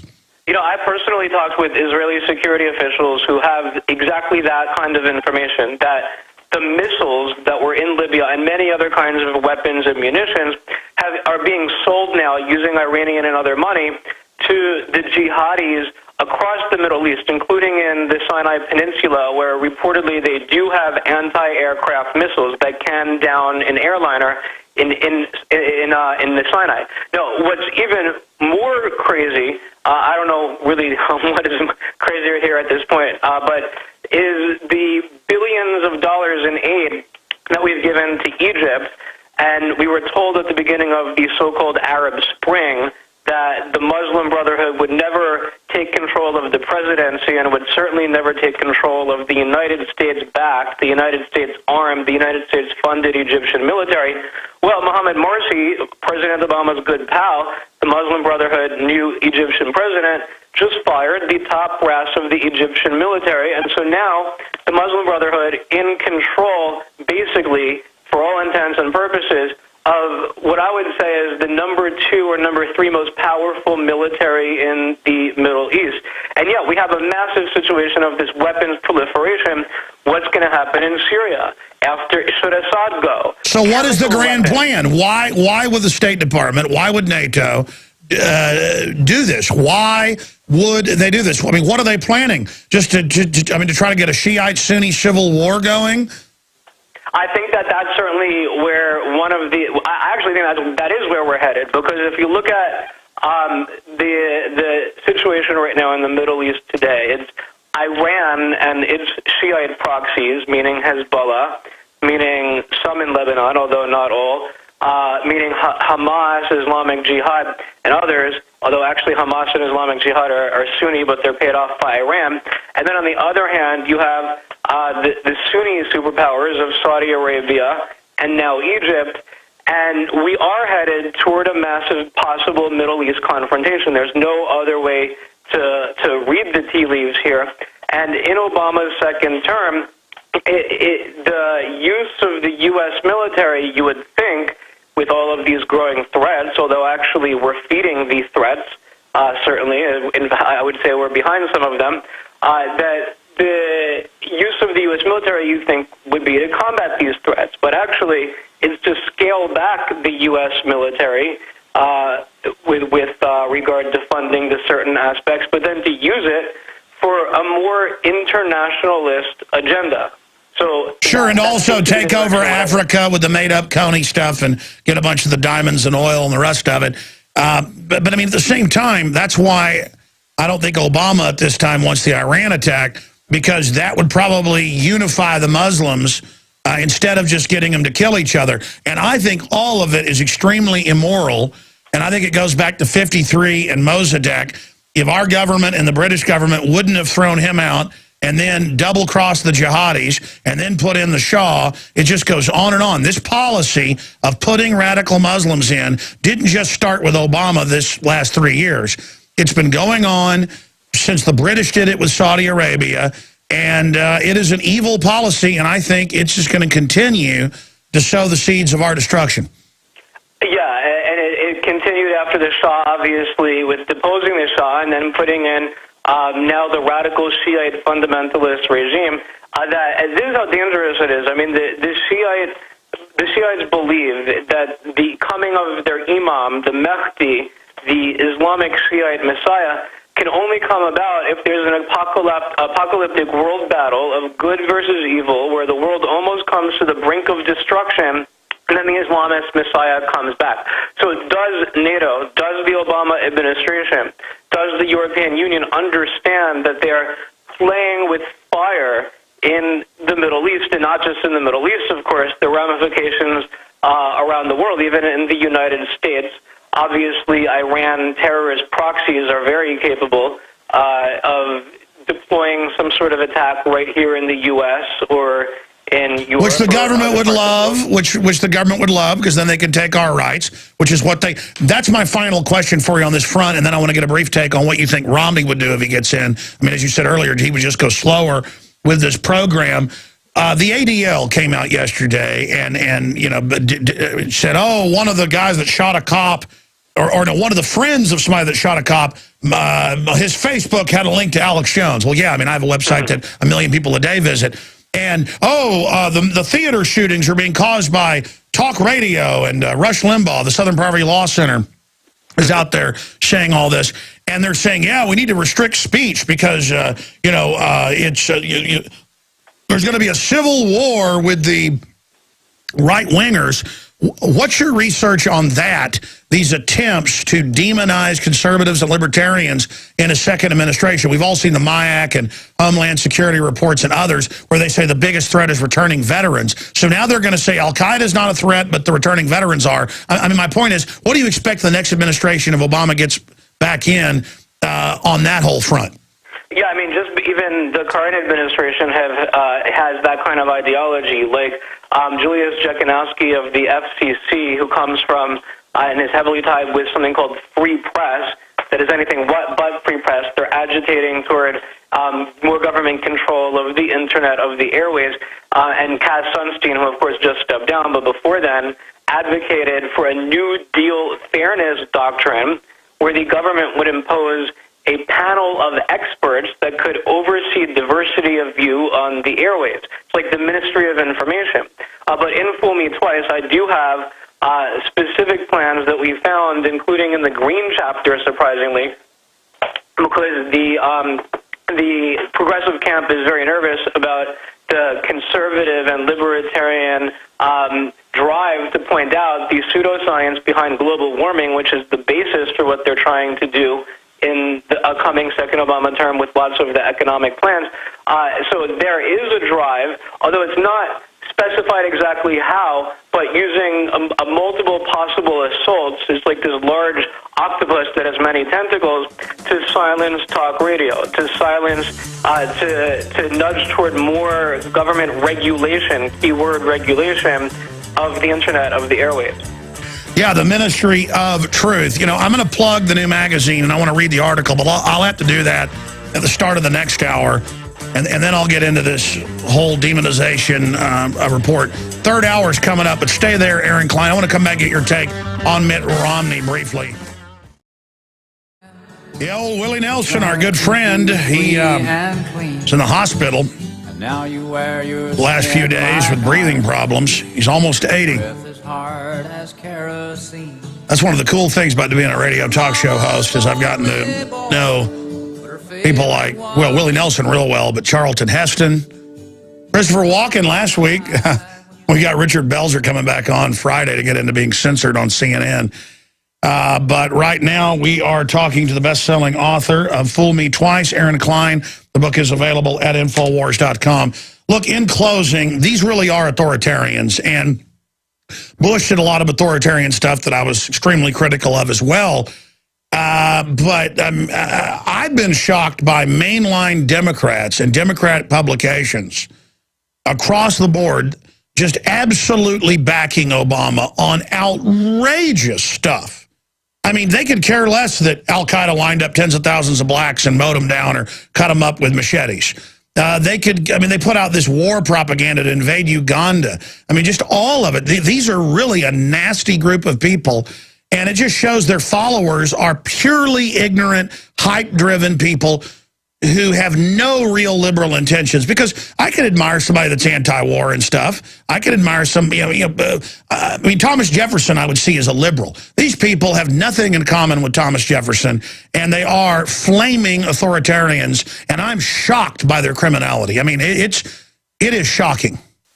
Yeah, I personally, by the way, as a reporter, have been to different events in the Middle East. Like, for example, a speech in Ramallah on the 40th anniversary of Fatah, where I was sitting next to members of the world media, and I heard one thing, and in fact have the transcript of the speech, and then went back and saw how they all, amazingly, and I don't think they coordinated with each other at all, they selectively quoted, they changed what was said in order to meet a specific agenda. I think, though, that there's no question that we're at an economic emergency as a country, and that we have two choices. Choice number one is Obama, who does not want the country to know what his specific plans are for 4 more years. There's no question, because if he did, he would give a speech that would outline what he is planning to do. He isn't. And so what I'm doing is taking the actual blueprint for his second term, that if he only implements some of this, we won't recognize the country in 4 more years. And I'm not allowing him to get away with not telling the public what his plans are. Sure, in closing, if Romney gets in, well, I mean, he's bought and paid for by a lot of the same interests, but how would Romney be different? Well, that's where I was going next. I haven't seen Romney spell out how he's going to cut government spending in specific ways, which government agencies he's going to cut. Every speech that I heard, and I pay attention specifically also when it comes to the Middle East, seems no different when it comes to his agenda on Syria. He talks about Assad having to go and backing the rebels. So I don't think that he's going to come with this expansive agenda, but I think we might be looking at George Bush #2, which is basically some of Obama's policies, but in slow motion. So the question is, are we going to get on the fast train to disaster? Do you think Romney would? Sure. Do you think Romney would stop having the TSA take small children behind closed doors and grope them? I haven't heard anything about that from him, and so many other issues that we want to know he just has not addressed. Well, all I know is Al-Qaeda is not hiding in my wife's bosom, and I want the government to stop it. Thank you so much for joining us, Mr. Klein. The book's available at InfoWarsShop.com. We'll talk to you again soon. Stay with us, folks. All right, we got a big news blitz coming up. I'm going to start the segment going over an article we put together announcing the new magazine officially, Print 2.0, The Answer to the Internet Kill Switch. Then I've got to get into the ADL. Again, trying to imply that I'm the hero of cop killers. Very, very dangerous to have that group doing that. Very authoritarian. We're going to be breaking that down coming up here after the break. We're going to get into Russia and China warning the West against Syrian intervention and a bunch of other news I haven't gotten to yet. And I've just got to go through all this information. There's so much of it. But right now, let's go to a few callers who've been holding patiently, like Josh. And then we'll go to Moose and then Susan. Josh, you're on the air from Oklahoma. Go ahead. How's it going, Alex? First off, thank you for opening my eyes. My 6-month-old has been hearing you since before he was born, and he recognizes your voice whenever you come on air. Wow.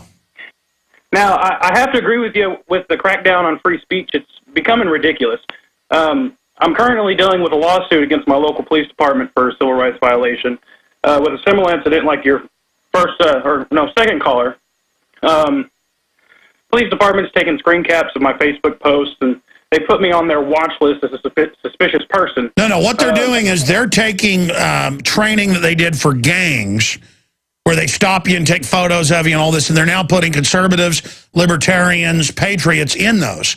So if you don't like checkpoints they're running, if you don't like, oh, well, we're just going to put you on the list, buddy. And so I say fight fire with fire. Just shoot video of all of them, put them on YouTube, talk about them, follow them around, see how they like it. Yeah, and see, that's one of the beautiful things about Oklahoma is we're still a one-party state. So, you know, I have a right, as long as I'm part of the conversation, to record the conversation. But they pulled my military record. They know I've been kicked out for being a conscientious objector. And, you know, they've known that I worked in ordnance. So that automatically makes me suspect crime. Well, that's because they're going to start a civil war. Look, the ADL, Southern Poverty Law Center, federal government say the veterans will attack all police stations with improvised explosive devices. It is coming. Get ready for war. And then they hype it and get the police and military to treat veterans like crud, starting the fight so they'll have the Civil War. I mean, and okay, cops and military, I know most of them aren't like this, but the leadership is, you want to get this fight started, I happen to know how it ends. With you absolutely defeated, cowering in your little fortresses, and then they're going to bring in the real torture teams, the mercenaries, the foreign troops. And it's not going to be UN helmets. This is official plans. And we don't want to be enemies with you. But stop harassing real Americans that know that we were occupied by foreign banks. Stop demonizing us. Stop it. We're the ones that knew Al-Qaeda worked for the globalists. Proven now. We're the ones that knew the foreign banks were setting up world government. Proven. We've been proven right. The reason we're being demonized is we know what we're talking about. And we're not going to the stinking FEMA camp. Don't stick your hand in the bear trap. I'm trying to warn people over and over again. Why is our symbol a rattlesnake? Rattlesnakes aren't aggressive like water moccasins, folks. They don't look for trouble. They shake their tail and say, hey, don't tread on me. Hey, you see this? You see that? You know what that is? That's a rattle on this end and fangs on that end. Leave me alone. You understand that? You speak English? Treat me as just as good as an illegal alien. I saw some big controversy where an illegal alien was drunk driving, so the cops took him to a Taco Bell, and then the guy stumbled out in traffic and got run over. Why? Because the judges say, don't bring illegal aliens in. I want to be as good as an illegal alien. In fact, just legalize all the illegals. If I can just have the rights they have. Called being above the law. Godlike. All right, I appreciate your call, sir. Sorry to hear about that. You know, I would, you can either move out of the town or you can start really trying to talk to those guys. I would go up when they're at restaurants and stuff and really try to talk to them like a human. Hey, you've dehumanized me. Stop doing that. I'd give them a copy of the magazine. All right, coming up, I'm going to respond to the ADL's latest demonization of yours truly, Alex Jones, that's me. We've got big news. Government documents prove domestic drones are for spying on Americans. Remember, a month or so ago, they ran a national hoax saying the drones were not for spying, that Infowars.com was wrong, that DrudgeReport.com was wrong, that Matt Drudge was wrong, that I'm wrong, that, oh, we're not going to spy on you. And then now the new documents are out there as if we needed Homeland Security documents to know they're already arresting people using drones. They're already weaponizing them. But a key article by Steve Watson up there. Also, federal court rules banksters can steal pensions. We're going to be going over Kurt Nemo's article. And another amazing story, cops interrogate family for allowing kids to play outside. This is the new way CPS takes your kids. Everything's endangerment. They just make it up. Then they go into the clutches of the most dangerous people out there. That said, if you go to the front page of Infowars.com, you can see the featured news stories image, and it is the cover of our inaugural September issue that I wanted to put out a little bit early. We're starting out with 50,000 copies on the streets of Austin at 1,000 locations. And then everyone that orders books, videos, T-shirts, ball caps, with evil messages of freedom on them so you can meet like-minded people. Anybody that orders stuff at InfoWarsShop.com or InfoWarsStore.com, both places take you to the same place. There's some alternate shopping carts we have, too, at InfoWars.com. If you click on the shopping link, we have a Yahoo store as well. But the point is, you can go there, and Tim came in here during the break. It is explosive. People are excited about this. They are buying it in mass at cost. At cost. You can buy 10 copies for $9.95. You can buy upwards of 100 copies, and the price just goes down and down and down. We factored it out at cost. We are selling these at cost. In fact, if you go to the article, Print 2.0, Answer to the Internet Kill Switch, you can actually go to the bottom of the article and there is a link where you can go and see all the different prices, and that's what I'm doing right now, even though I came up with these prices last week, going from memory. You can get 10 copies for $9.95, 20 copies for $19.95. You can get 50 for $50, or 100 for $74.95. And we actually lose money on that 100 one, but I think if somebody's ordering 100, I'm happy to lose $8, $9. But we've done all the math. This is at cost. That's why there's no free Citizen Rulebook or bumper sticker with these, because I can't afford it. All the other orders, of course, you get free Citizen Rulebook, bumper stickers, and pins and stuff we throw in there. The point is, it's all available at InfoWarsShop.com. But wait. You do not need to buy the hard copies, even though this will really get people's attention. Great way to give them to friends and family, as low as 75 cents a piece. We're going to have a subscription thing up later in the week, too, where you can sign up for a year just to have all the issues mailed to you. We're going to later, of course, a year later, have a back issues deal. And I plan to go weekly down the road. But the real plan, what's really exciting, I'm going to get to here in just a moment. You can go to Infowars.com or PrisonPlanet.com and click on the article, Print 2.0, the answer to the Internet Kill Switch. And when you go there, the first link is to Infowars.com/newsletter. And you just subscribe there to the free newsletter, and you get exclusive articles, videos, a news boil down every day. But we're also going to send you a free PDF but it's put out by issues. You can flip through it, click on the links work. It's amazing. We're going to send that out to everybody that signed up for the InfoWars Insider. And again, you just go to Infowars.com/insider and get a free digital copy. And then I'm not asking, I'm begging, pay it forward. It's free. Send your link to everybody on your email list so they can read it as well. And tell them to subscribe for free if they want to get the free magazine. And believe me, the graphics in it, the graphics team, they did a great job. I'm surprised in the first issue we only found a few typos and problems, and we did our customary thing where one printing, we're doing a second printing right now. That'll be the collector, has collapse, the letters flipped in it. Collapses, but it's classic. The point is that I'm going to flip through this for you in a video I'm going to shoot today. All over Austin, by the way, these Infowars.com little stands. What do you call it? What do you call the thing that you put the magazines in?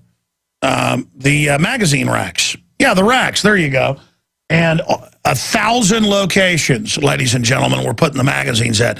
200 I paid for the racks, which cost me quite a bit. And again, we're beta testing this. We're rolling it out. It paid for itself to be able to print it. It hasn't made money, but to be able to print it in the first issue. And so we're beta testing it to be able to have people that already print local papers or people that already put out magazines to partner with us, where we'll supply a lot of the content and get part of the advertising. You supply your local content and advertising. And so you have national news and local news all in one publication.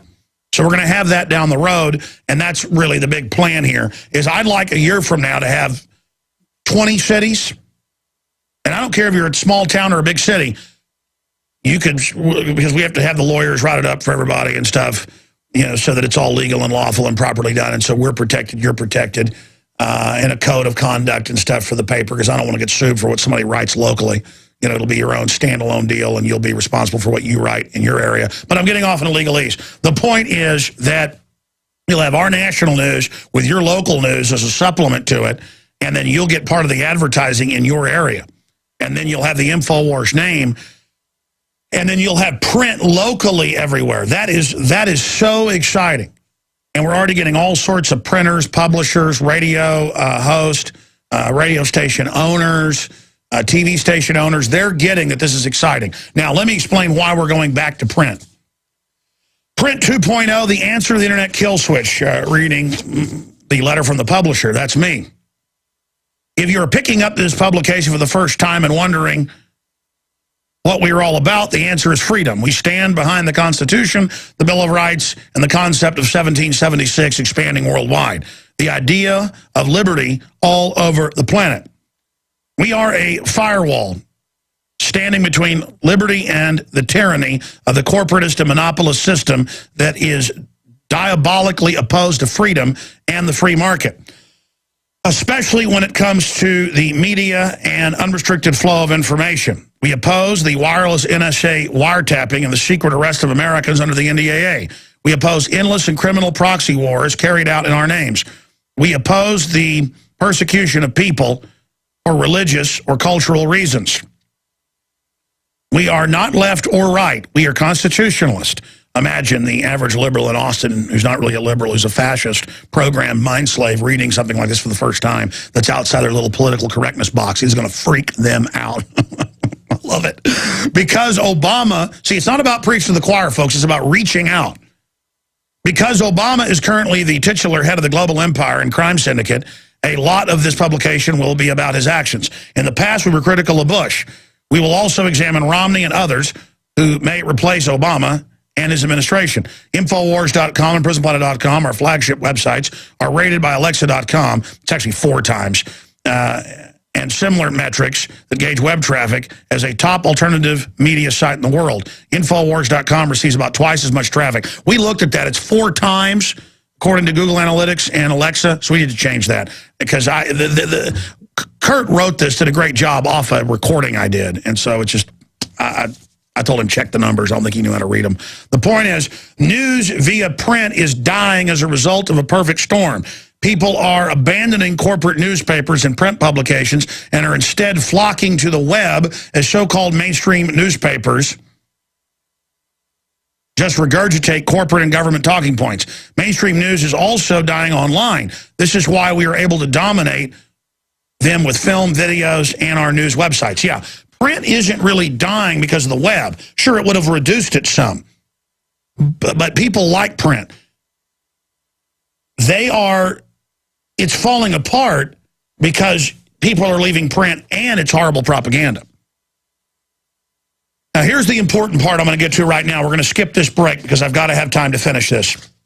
Thank you. Network break, we're skipping it. Stations should not skip this. Print is impervious to a government kill switch and any other electronic scheme designed to shut down areas of the web that government wants censored. Digital and network technology make it easy for corporate control freaks to track down dissidents, delete their words, and even kill audio files of their voices, as they have done with my voice on YouTube. Corporations have gone so far as to claim copyright on voices, including that of Optimus Prime, a character from the Transformers franchise. That's right. YouTube is now adhering to third-party claims of ownership, where now the guy that does Optimus Prime can't even speak to somebody on the street because they say the voice is owned. That's a way to erase everything. It's already happening. We warned of this years ago. Now it's happening. And that's their little secret plan. Once you're up in the cloud, they can shut you down. That's right. YouTube is now adhering to third-party claims of ownership, many of them erroneous, to people's own voices, and is using this as a pretext to delete content representing a new frontier of censorship via copyright. Automated software bots are now being used to preemptively censor content with no due process whatsoever. It's prior constraint, violates the First Amendment in triplicate. Kindle recently demonstrated how it is possible to remove content when it invaded privately owned devices that had legally bought the books without permission or warning and deleted ebooks. Ooh, I should have added how they went in with the Jesse Ventura martial law show and deleted off the TiVos. It was supposed to air 50 times. That's how they do it. Cost close to $1 million to make an episode. I was like, cost $700,000. They're like, no, close to $1 million. Aired once, Homeland Security freaked out and had it erased off the TiVo, and all other cable systems went in and erased it. I talked to executives. It was confirmed. But, I mean, they sent me the orders at one time, Warner, in a major city where they said, you will do this. Most cities, it was just remotely done. Continuing. Kindle recently demonstrated how it's possible to remove content when it invaded privately owned devices without permission or warning and deleted ebooks. As Apple co-founder Steve Wozniak, if I pronounced that right, recently warned, the idea of cloud computing poses a threat to the existence of digital material and the idea of individual ownership. The director of the CIA has admitted that the internet is a surveillance tool that even gives smart appliances the ability to spy on you. This censorship war amounts to nothing less than electronic book burning, where words and ideas can be digitally erased from the cloud. The automated bots will now do the work of the firemen in Ray Bradbury's dystopian classic Fahrenheit 451. Print makes this sort of censorship virtually impossible. It allows you to hold a physical copy in your hand, a physical copy that you can now pick up in your city or order online in bulk at cost at InfoWarsShop.com and give to your friends and family. We're going back to the very roots of free speech, the Gutenberg printing press, while also continuing to expand in an increasingly restrictive internet space where cybersecurity legislation is little different than that the state is doing to freedom of expression in Russia. More and more, the web is darkening as our authoritarian government expands its reach. While we continue to fight for internet and cyber freedom, it is important to embrace print at a time when everyone else is abandoning it. Print media is important because it is not dependent on a device that can be controlled, disabled, or turned off by government kill switch or corporate kill switch at the whim of a corporation. All you need are your eyes. Print gives you the power to the reader. Over the next year, we will transform from a monthly to a weekly publication. We will also launch a franchising of a publication within the next few months. This will allow others that share our passionate love of liberty to add their local stories to our national and international content. Franchising will also allow you to share ad space. In addition, we will offer a digital copy of the publication, which you can receive for free. All you have to do is sign up for our newsletter at Infowars.com/newsletter. And I should add, franchisees will also be able to have subscribers in their geographic area with specialized, tailored, local news coverage. Continuing here, Infowars.com/newsletter to sign up for your free e-copy. Over the next year, we will transform the monthly to a weekly, as I just said. Franchising will also allow you to share ad space. In addition, we will offer a free digital copy of the publication, which you can receive for free. All you have to do is sign up for the newsletter at Infowars.com/newsletter. Ultimately, the success, and this is key, of this venture is up to you and other liberty lovers eager to see the message of resistance delivered across all media. Hopefully, we will serve as an example that will help lead print back from oblivion and make a truly useful activist tool in the fight against global control freaks determined to dominate all media and wipe out the message of resistance as they move to consolidate power and dominate the world. Alex Jones. And this is the great fight. 15 years ago, you couldn't find organic food anywhere. People started voting with their dollars. Now it's displacing all the other crud food, and they're coming back with counterfeits. Well, we are exposing that. They're catching a bunch of the major brands lying. This is what happens. And I believe if we put enough passion, energy, research into this, this will become successful economically, even in the Depression. Probably more so because it's a depression, and will be one of the few islands of truth. And I actually welcome with relish knowing that as soon as this is proven as financially viable, we're going to see other local papers and national papers pop up in competition with us. In fact, they'll probably attack us. But that's what children do. It's part of the growing process. Mental children. And that's okay. We were all mental children once. It's a thought process. But the point is that we welcome everyone else to do this. I know this is viable.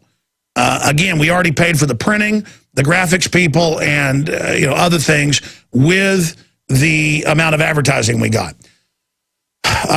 In fact, the Lord provides. It didn't make any money this month. But what publication can make money when they first roll off? I looked into it. Basically, it's unknown. It's unknown with periodicals. It's unknown with magazines and newspapers. We're set next month to make a good profit, which I will plow back in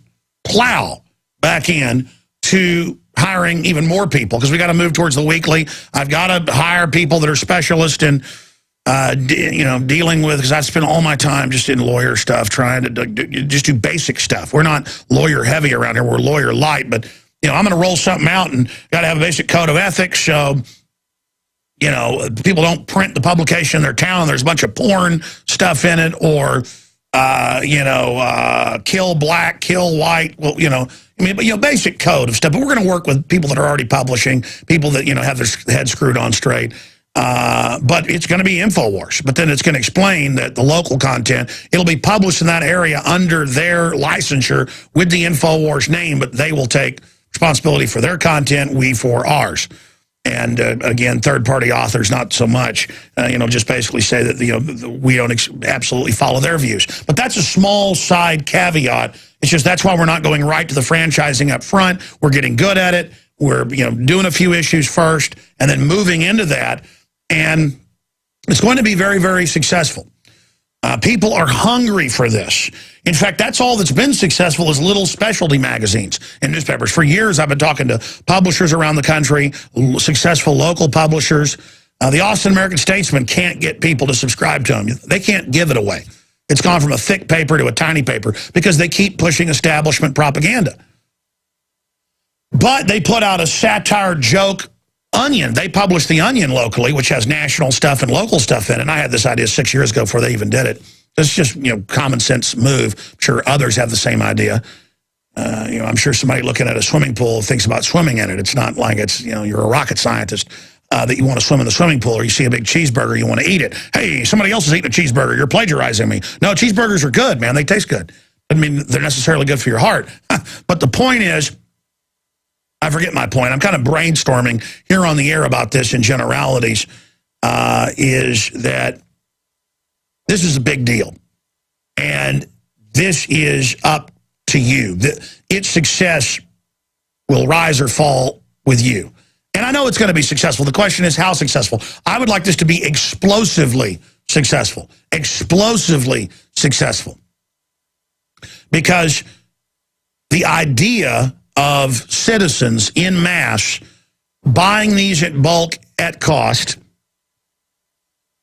I don't care if you're free market and go out on the street corner and, sell them for $2 a piece and make a profit. I mean, that's what this is all about. Sell them in your shop. Like, that's one thing we'll probably change, even though it is going to be free, is it says free on the cover, but people are buying them in bulk and are going to subscribe. We should have a note inside saying free on the street or something like that. But I want people to be able to sell these too, because it's not just about making money, it's about sustaining yourself. You sell them in your gas station, sell them at your church, sell them wherever, sell them for $2, $3, because it's definitely worth it. 48 pages. We plan to make it even bigger. All the graphics, all the articles, all of it. I'm going to show you some of this. In fact, I'm going to do a whole video on this today. I'm going to come back and cover news here, but showing you with a document cam, if you're watching at prisonplanet.tv, I mean, it is just full. It is absolutely just full of the economic collapse. Where does money come from? Rome burned, will we? A brief history of false flag attacks. The shadow Patsy rises again. Bank cartel conquers America. That's a very important article. Liberty lovers listed as terrorists by Homeland Security. Obama's jobs program, government. Haunted by Hitler. Gerald Salente's story. The Second Amendment under attack. Big Pharma exposed. UN uses China as launch pad for global one-child policy. This exposes eugenics. Genetically modified apples are the newest GMO creation pushed on consumers. It's got a bunch of other stuff. It's got Ron Paul's latest article. It's got amazing gun sponsors, stuff like that. It's got the economic collapse, incredible graphics that our team put together. It's got, how money works for people that don't know. It goes into how they're creating a climate for collapse and civil war, history of false flags. It's got a big poster you can hang on the wall it's kind of a They Live knockoff. It's got Ben Bernanke. We'll have to see it. It's just all here. It goes on and on and on. This is going to absolutely shake people up. I mean, print media out there is a bunch of dribble, establishment, politically correct garbage. Get your copy at InfoWarsShop.com. John, others, I will get to you before this hour ends. I want to get into the latest drone news.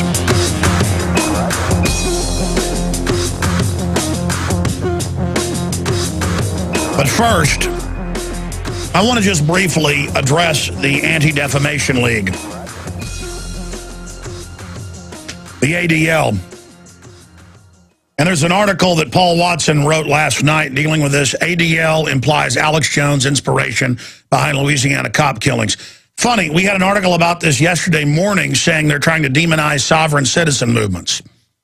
That's American citizens tired of being pushed to the edge, tired of being treated like trash, tired of being treated 50 steps lower than illegal aliens, tired of being treated like a milk cow that the government sticks a straw in and sucks dry.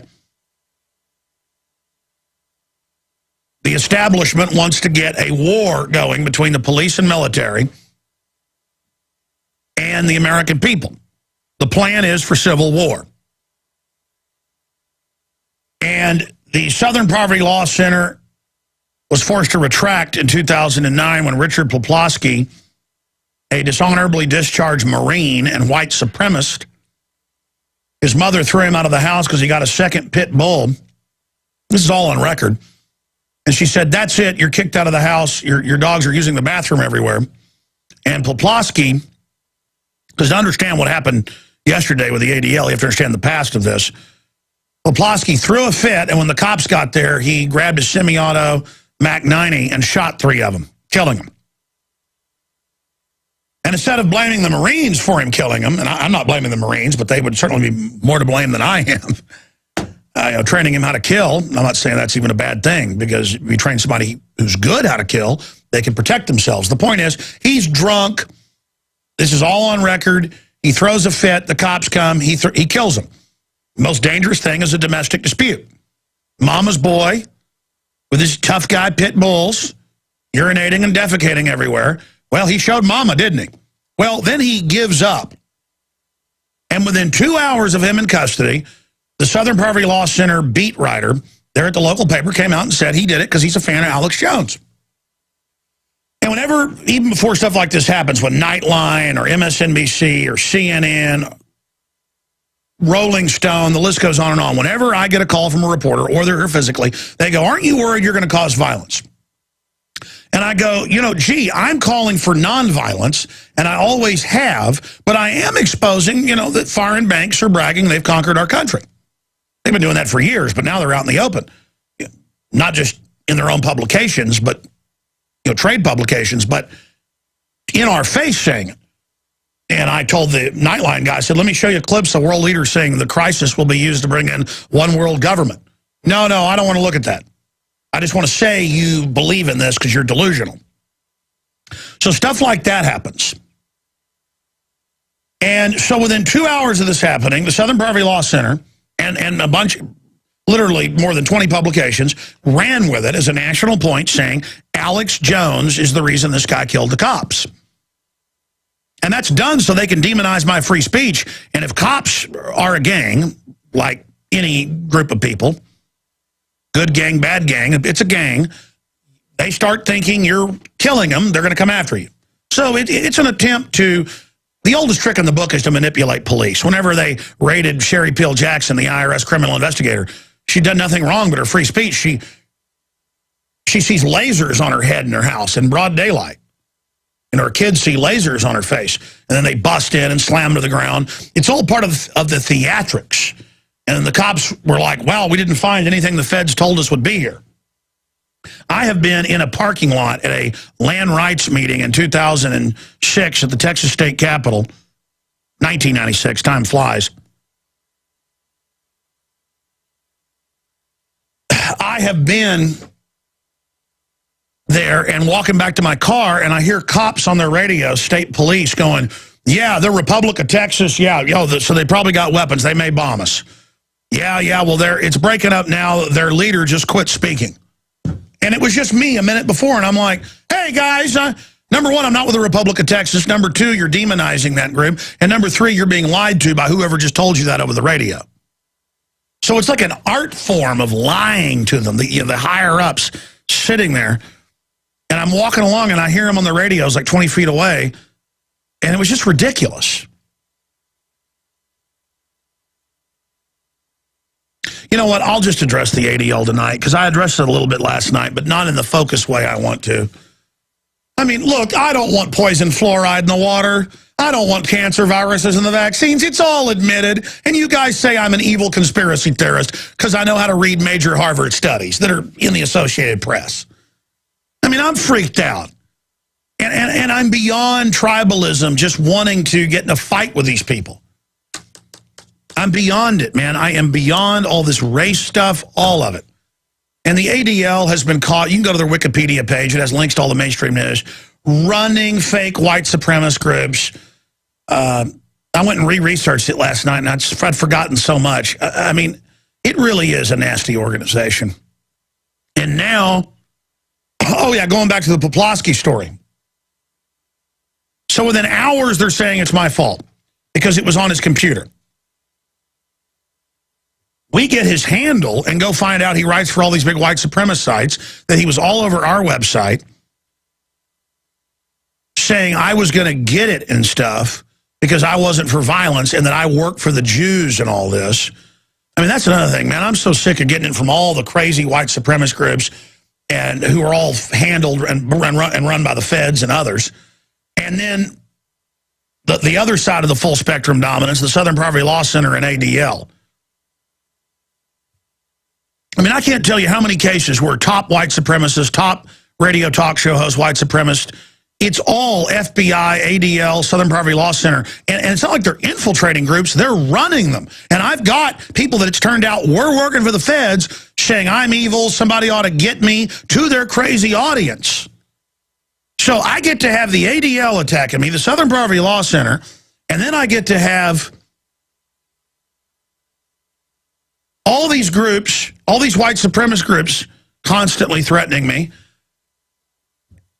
And it's just so mindless. Because, folks, I'm right. I've got my finger on the pulse. I know what's going on. And believe me, it's not fun knowing what's going on. It's like a nightmare. Instantly being able to unspin things, instantly understanding the deeper meaning of things. It's like torture, basically. I mean, I wonder if my discernment and research has gotten to this level where I can't even articulate to you my understanding of things.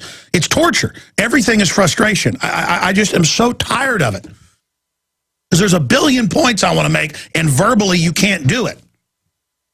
Getting back to Poplawski. So, within 2 hours of these cops being shot, they're not even cold yet, they're saying he was a fan of Alex Jones, and I was his hero, and this is why I need to get in trouble or whatever.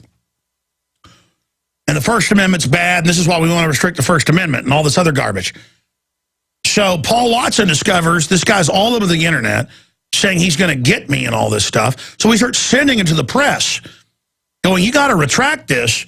I can sue you. And they all did retract, by the way, including the Southern Poverty Law Center. Because I'm not litigious. I mean, I'm not looking forward to having to sue people. I have before. Because once I sue you, I got to go perfect the case. I've got to make sure I win the case. And then if I get a judgment on somebody, I mean, I don't like get off on getting the judgment and then enforcing the judgment and taking somebody's car. It's harder to get their house. Going after these companies. But the point is, I got bigger fish to fry.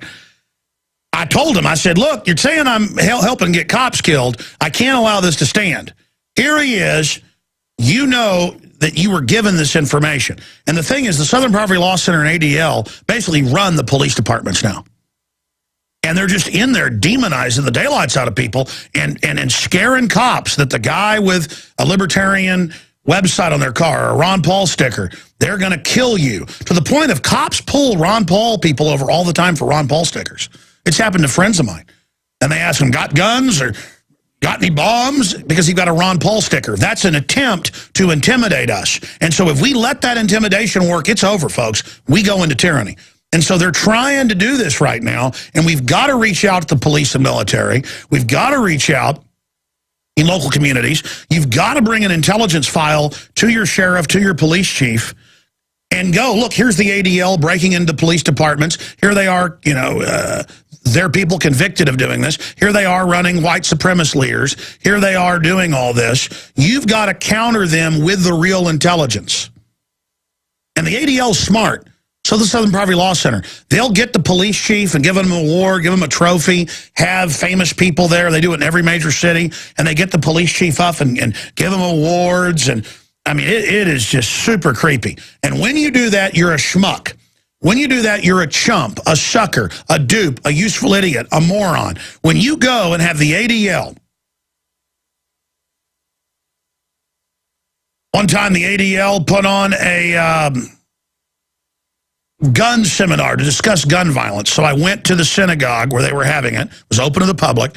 And when it got time for the question and answer, I said, listen, you need to stop demonizing the Second Amendment, this legislation. And they said, get out of here. Get out of here. And I started getting up and leaving, and they said, and don't try anything violent. There's no First Amendment with these people. Oh, yeah, folks. I used to go protest at abortion clinics. I've marched into synagogues and anti-gun meetings. I mean, I'm back in the day when I was just doing local TV and radio, I used to hit it hard. That's what I'd rather be doing. And I've gone to churches that are having anti-gun meetings. I went to a Baptist church once, a Catholic church once. I mean, it is just sick what's going on in these churches and synagogues and places. A bunch of brainwashing. And the ADL wants to shut down free speech in this country. So does the Southern Poverty Law Center. All the legislation they support is just unbelievably un-American. And they are provocateuring. They've been caught provocateuring. Everything I'm saying is on record. And my lawyer has put the ADL on notice before, and they actually changed an article that had stuff that was wrong in there. It was that I was calling for violence against immigrants. And I said, look, I'm not going to let you set me up. So my lawyer, who they noticed was about as high-powered as it gets in Austin, they responded. And I'm not here running around swinging a big hatchet at you politically. Here's the deal. I want my freedom, and I'm going to fight for it politically. You're not getting my guns. You're not getting my Second Amendment. I mean, both these groups are the most anti-civil rights groups you can imagine.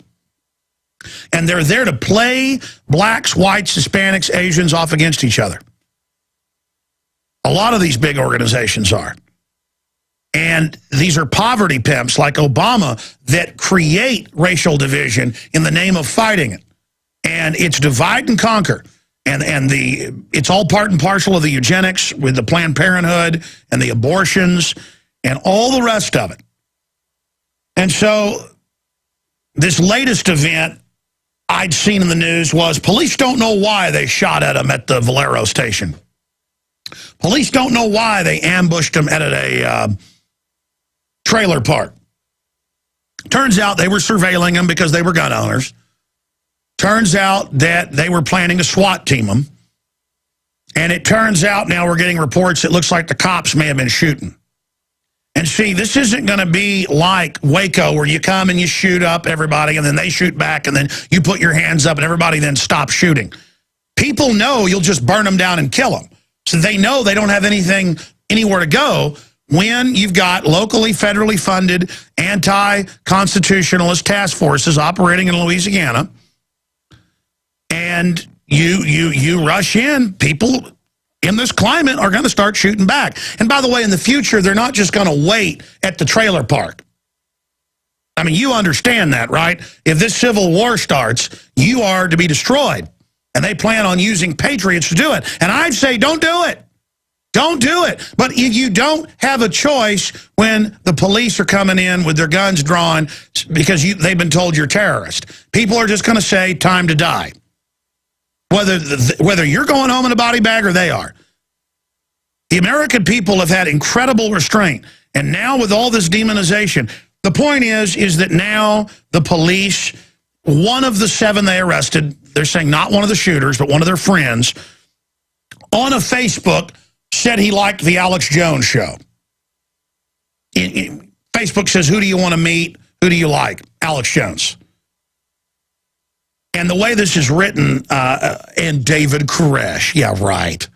No one in the Patriot movement says, I would like to meet Alex Jones and David Koresh. Everyone knew David Koresh was a weirdo. The point is they picked him and singled him out to kill those people, to start a war against the American people and churches and people that want to be left alone. So they picked a group they thought they could demonize easily. That all came out in court documents and congressional hearings. And if you like the idea of dozens of little kids being burned up and blown up by the feds with the troops shooting them as they tried to leave, all on FLIR footage. You're sick. You're sick. And you idiots at the New World Order think that you're going to intimidate us starting this civil war. One Waco woke this country up. So you had to do Oklahoma City to counter blame it on us. You pull more Wacos, ladies and gentlemen, the American people are not going to go after the police and the military unless they get it in their way. They're going to come after you. And that's the basic message, okay? Just because you can set up people or find people that are on the edge. First they said they were criminals and all this stuff and just using sovereign citizen name. Now it looks like they all had jobs, businesses. We don't know what really happened with these people. We don't even know if they shot the cops. I've seen so much lies. I saw a case where the Travis County SWAT team shot one of their own officers in the back going up the steps, so they blamed the guy inside. That happened out in Lubbock a few years ago, too, where the SWAT teams went in and shot their own people, so they blamed the guy, but it turned out he didn't have a gun. And a good SWAT team member went public and told the truth. You know, look, I don't want this war to take place. But if the globalists start this civil war, I would suggest that police departments, once you, because you're not going to listen, I understand that. But once you're really losing the fight big time, remember I told you all this. If it goes to this, because you're meant to lose. They've done the numbers, okay? You pick a fight with the American constitutionalist, you're going to lose. You're going to pick a fight with 30 million veterans. A lot of them who don't even like life and are very depressed and screwed up. They are going to come after you. They're going to come into your police stations. You hurt their family members, they're going to come after you like a Terminator. Now, we don't want to go there, do we? I know I don't. I know I like living. We'll be right back. Stay with us. I'm going to close by saying this, and I'll do a more focused breakdown tonight on the Nightly News. I'm hosting it. I know a lot of police. They're really good men and women on average. Most of them did join because it seemed like a good career opportunity because they were in the military or they were from rural communities and they want to go after bad guys. And they find out it's really about revenue generating and, you know, putting on a show most of the time. I know most police are good men and women. And look, this isn't theatrics. You know the globalists are trying to tell you there's going to be a civil war and that you will face veterans and gun owners. And now you're taking the posture on of getting in people's faces. You pull somebody over and harass them a couple times for their Ron Paul sticker, you just radicalize them against you. You're falling right into the trap. It's like we're two roosters and they're putting us in a dirt floored arena to kill each other. It's stupid. I'm so tired of watching the globalists play everybody off against each other. They're trying to get Sunnis and Shiites to start a big civil war over there. It's going to kill millions of people. They're trying to do that here. Folks, they are geared up. I've studied the architecture of this New World Order takeover. They are gearing up to try to go. They're arresting people all over the country. Talk show hosting people now. We just confirmed another case who make mild statements about, I'm getting my guns in case stuff collapses. The Hatari militia, the feds were in it. I told people that before it happened, I could tell they were being set up out of 2,000 groups. Because I saw videos they did. I could tell, oh, that's federal. Because it looked like a cartoon. I just smell this stuff out, folks. I just immediately know stuff. And the point is I warned them, and then I got criticized for saying you've been infiltrated. And it turned out the feds were in there. They're like, what do we do if things collapse and they come to get our guns, the UN? Well, I guess we got to fight. Well, it's our right as Americans to say if there's foreign occupation, we're going to fight. They arrested them for that, and I told you they were innocent. There's coming a time, folks, where they're going to try to arrest me. And let me tell you, once stuff like that starts, police, then it's going to radicalize everybody, and they're not going to... People are going to really get into an aggressive mode. We want to keep things in a discussion here. But I know humans like to have wars and kill each other, and there's a kind of fascination like an arsonist has of let's just get the fire going. Let's just do it. Let's just have war in America. Let's kill the conservatives and libertarians, and let's kill the Alex Jones supporters, and let's arrest them, and let's, so we can have great Agenda 21. I mean, my gosh, think about your children. Think about how innocent they are, people that work for the government and the bureaucrats. Think about how good this country's been, and look at what we're bringing in. Total world government run by foreign banks. And the ADL says the world government doesn't exist, as it's announced everywhere. We're the good guys, the patriots. Does that mean there aren't some dirtballs and people that take on that mantle that they're revolutionaries because they see it as fashionable? Sure. And the government will focus in on them and on horrible, tragic events like these police officers getting killed to then try to get you hyped up to go out, and I'm going to find somebody who's a member of that gang, that patriot gang. Again, they're telling you, you're the cop gang, and anybody that's against the New World Order, they're that cop killer gang. And it's going to become a self-fulfilling prophecy. And so, the shot heard around the world, cops are going to start killing patriots. And you're going to kill the wrong person's brother, and then they're going to come after you. It'll be some poor, innocent cops in a restaurant. You know how it'll work. And then the cops will go even crazier. And then the fight starts. And then the hammer gets dropped on you. The globalists want to destroy the police and military. Look at their own documents. Once you're out of the military, they say you're the terrorist. Don't play this game. Again, ADL, boom, trying to connect me to these cop killings. Ladies and gentlemen, that's because we are doing everything we can to stop this, and the federal provocateurs want to get it going right now.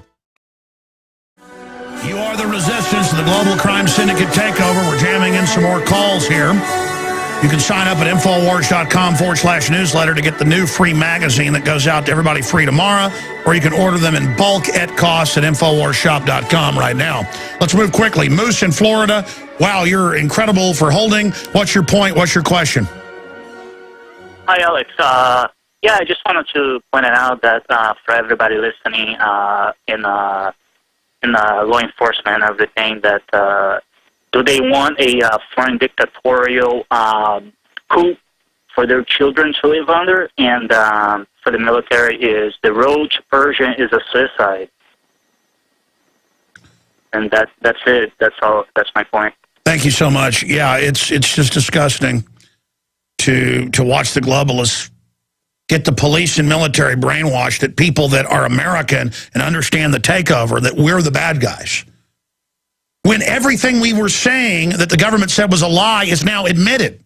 It's like, oh, you were proven right. Oh, they're terrorists. They don't like the world government. I thought I was a terrorist because I was lying about one being set up. Most people are peer pressure driven. They get in a gang mentality. And I'm just telling you, I'm really concerned, folks. So I've studied the architecture of this whole thing, and it looks super bad. Susan in Colorado, you're on the air, and then John in Ohio. Go ahead, Susan. Oh, hi, Alex. I am an RN in Colorado, and I am just beside myself and feel so violated that the Public Health Department has passed the regulation to mandate flu vaccine percentages for healthcare workers. Yeah, it's not a law. It's all fraud. They'll try to make you wear a mask. It like wearing a yellow star in a concentration camp. It's all fraud. Fight them. Get together. Sue them over it. Because it came out the flu shot doubles your chances of getting the flu the next year. Just get the literature together. Sue them. And they're making it so that you can only have a narrow medical exemption to even wear the mask. And it's either take the shot or get terminated. And who can get terminated? So I'm almost thinking I'm going to have to take the shot because I have to work and then fight it as I go along. Because yeah, ma'am, it's a death sentence. These flu shots have been absolutely confirmed to give you cancer, brain damage, epilepsy, narcolepsy, brain cancer, autoimmune disorders. I mean, listen, these big pharma have been caught killing foster children in studies. I mean, this would be like the devil showing up with a shot and you taking it. They're total authoritarian trash. I absolutely agree, but what would you do, or what would somebody do who needs to work and you can run but you can't hide because every employer... It's all a fraud. It's all a fraud. Just you can find number one, the exemption is to a rule. They always like, you got to get an exemption when it's not even, it's a regulation. It's just made up.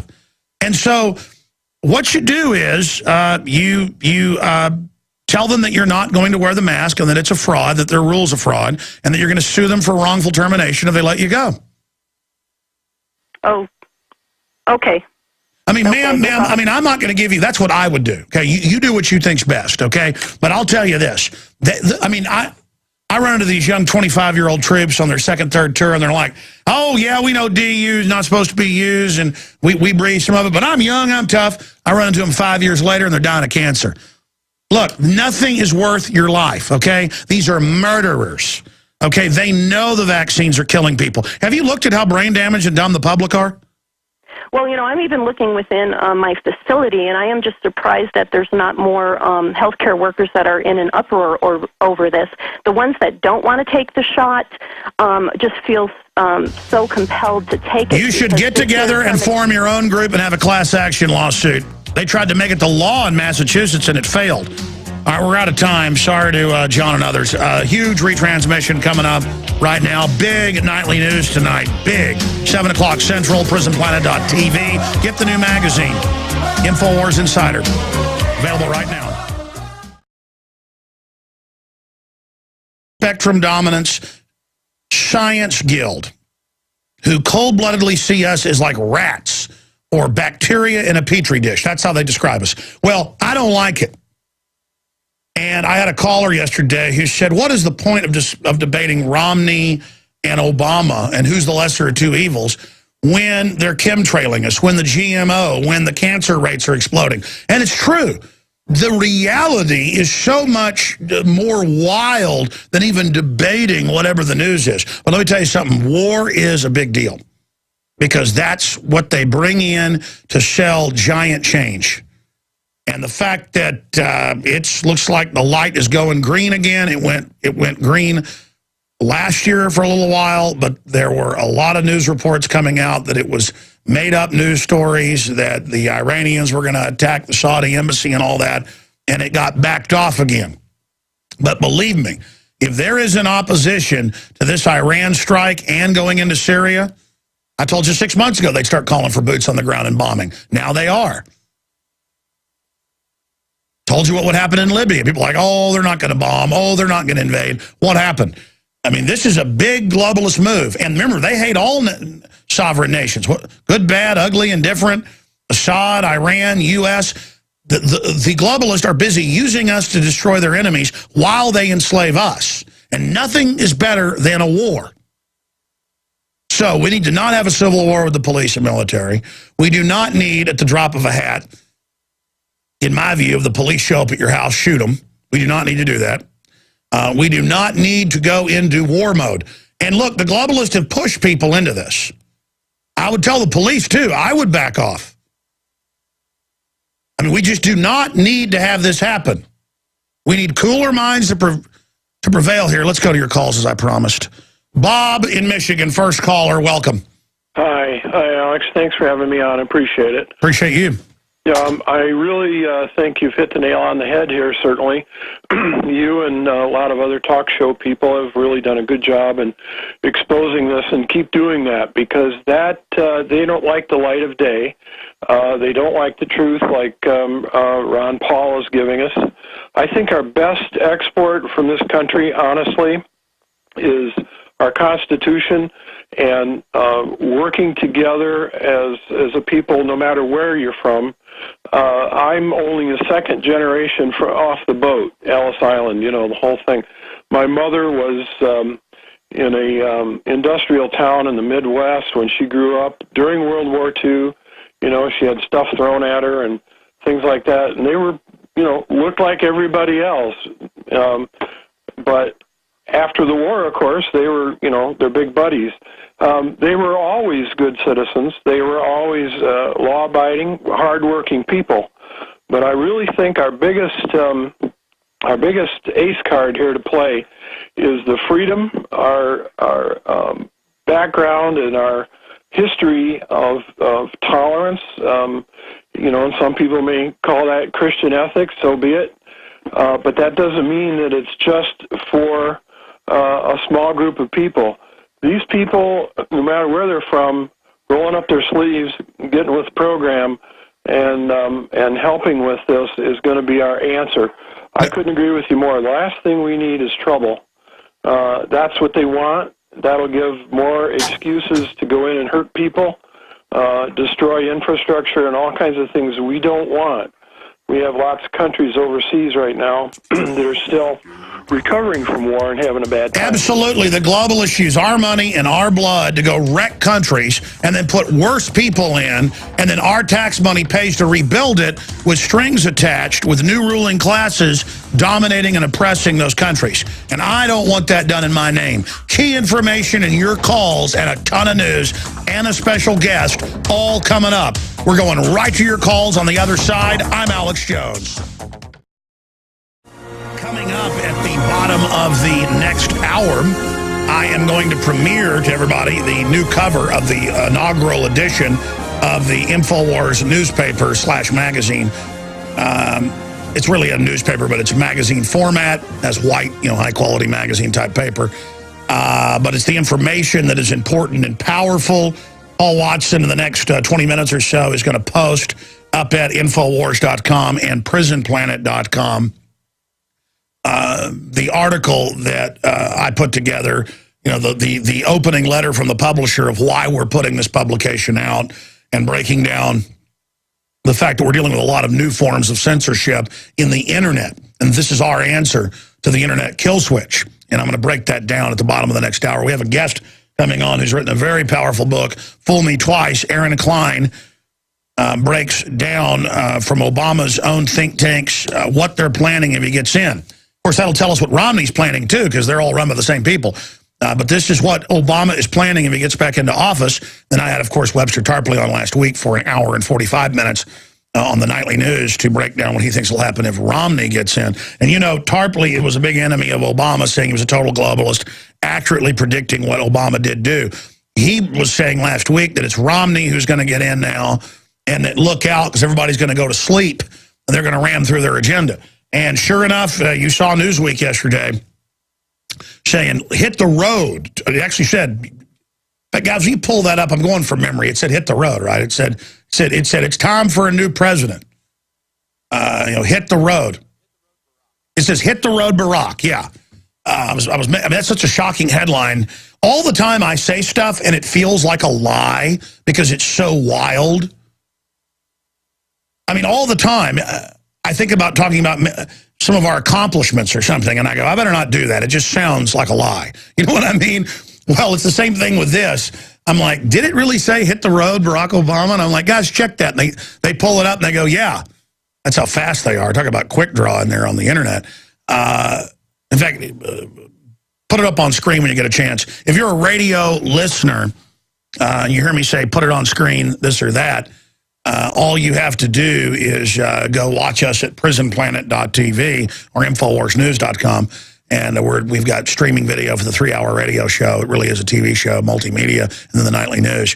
Hit the road, Barack. Why we need a new president by Ferguson. So very, very incendiary type comments for Newsweek. I don't think I've ever seen Newsweek or Time, even with Republicans that they claim to hate, come out with something like that. I mean, this is incredible.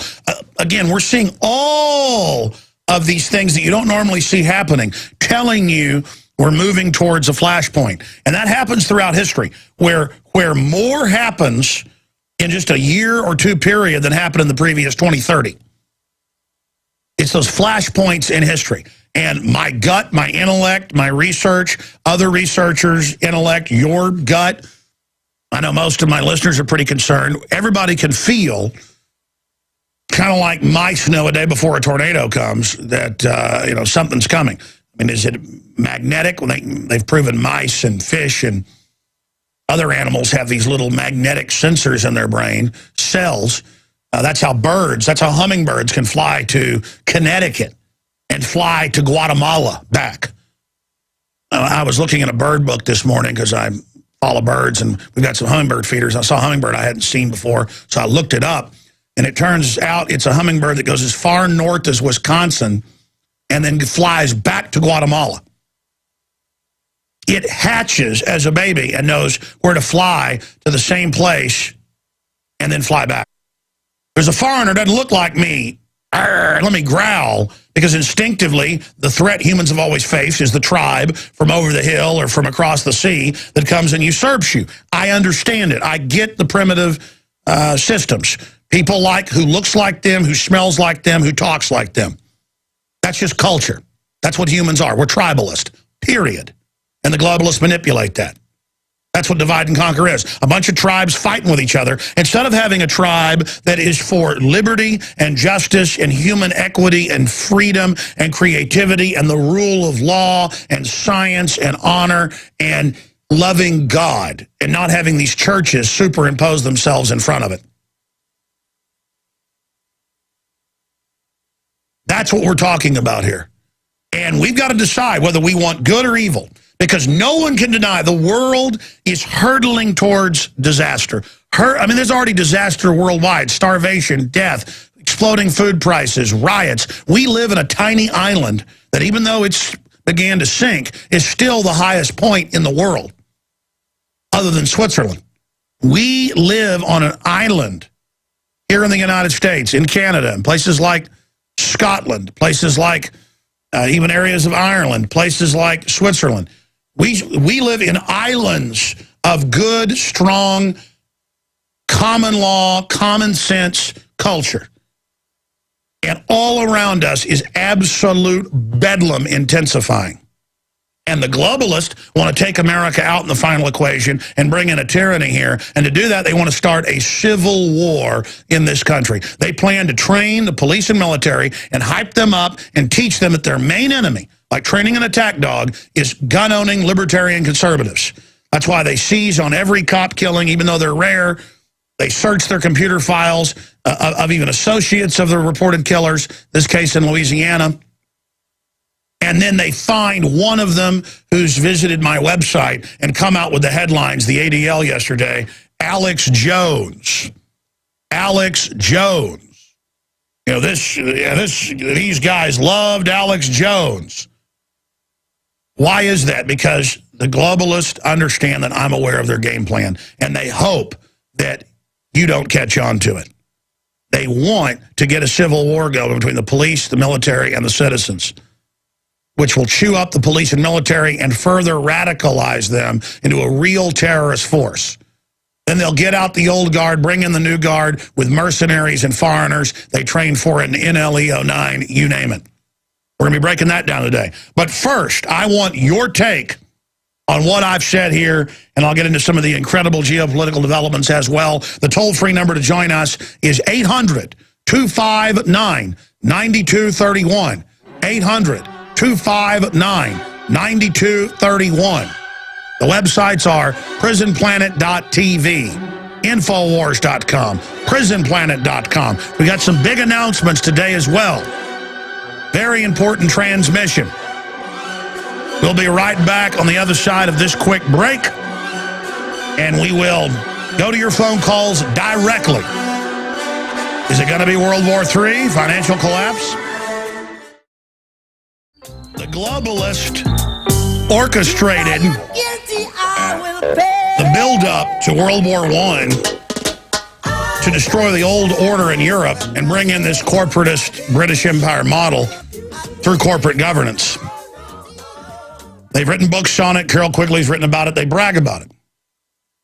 They engineered World War II. Hitler didn't work for them, but they funded him. They psychologically profiled him. They set him up. They gave him the funding and then knocked him down after he wrecked Europe, just like they funded the Soviets.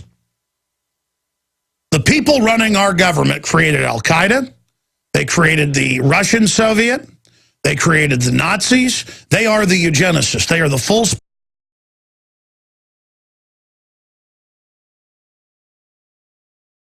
It is your prisonplanet.tv memberships that fund so much of what we do here on this operation. And then we're more than happy for the TV show after it's aired live, then be leaked out onto the web to tens of millions of people. That's our goal.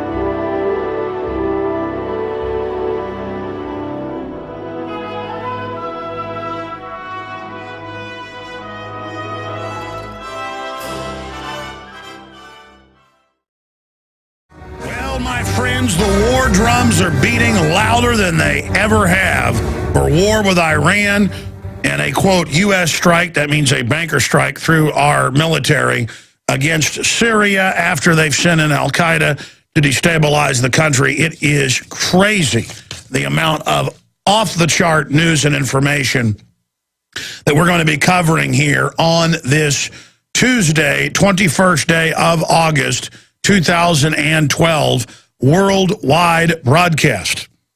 And we are going to, again, be here for the next 3 hours. Here is the news that we have in front of us.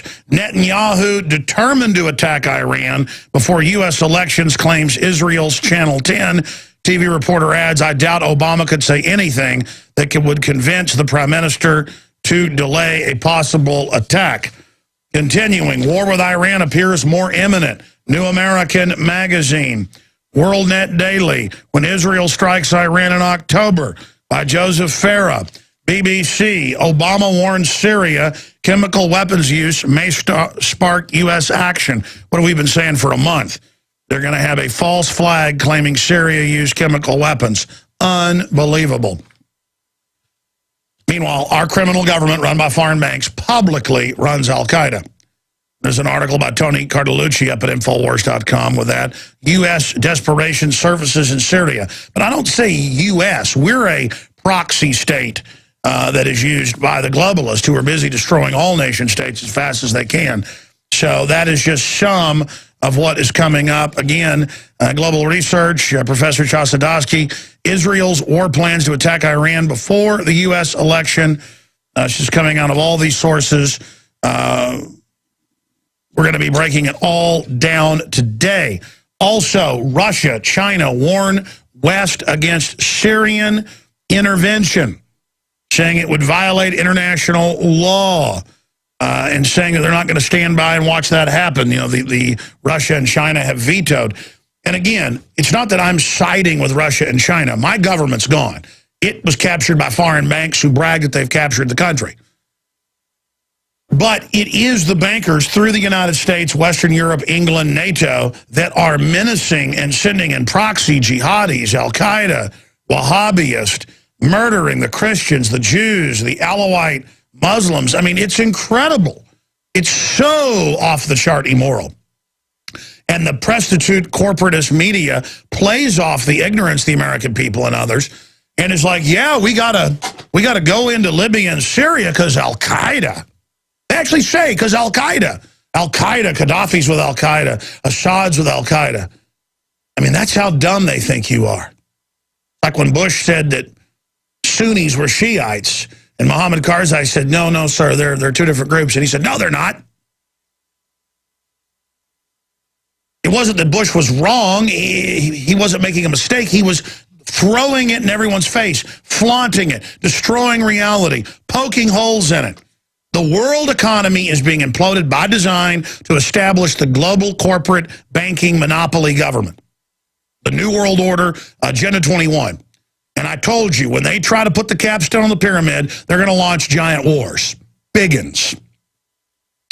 And that's what they've got the martial law ready for, is the wars and the collapse and all of it. And they're going to tell the public, just do what you're told during the crisis. And when order is restored, everything will be okay. But that's not the case. And I hope there's ways to back this off. But you see everything converging. The election, these conflicts, these larger wars, the world lining up, squaring off, all of this. So the Russians are their own corrupt system. The Chinese are more merged with the globalists.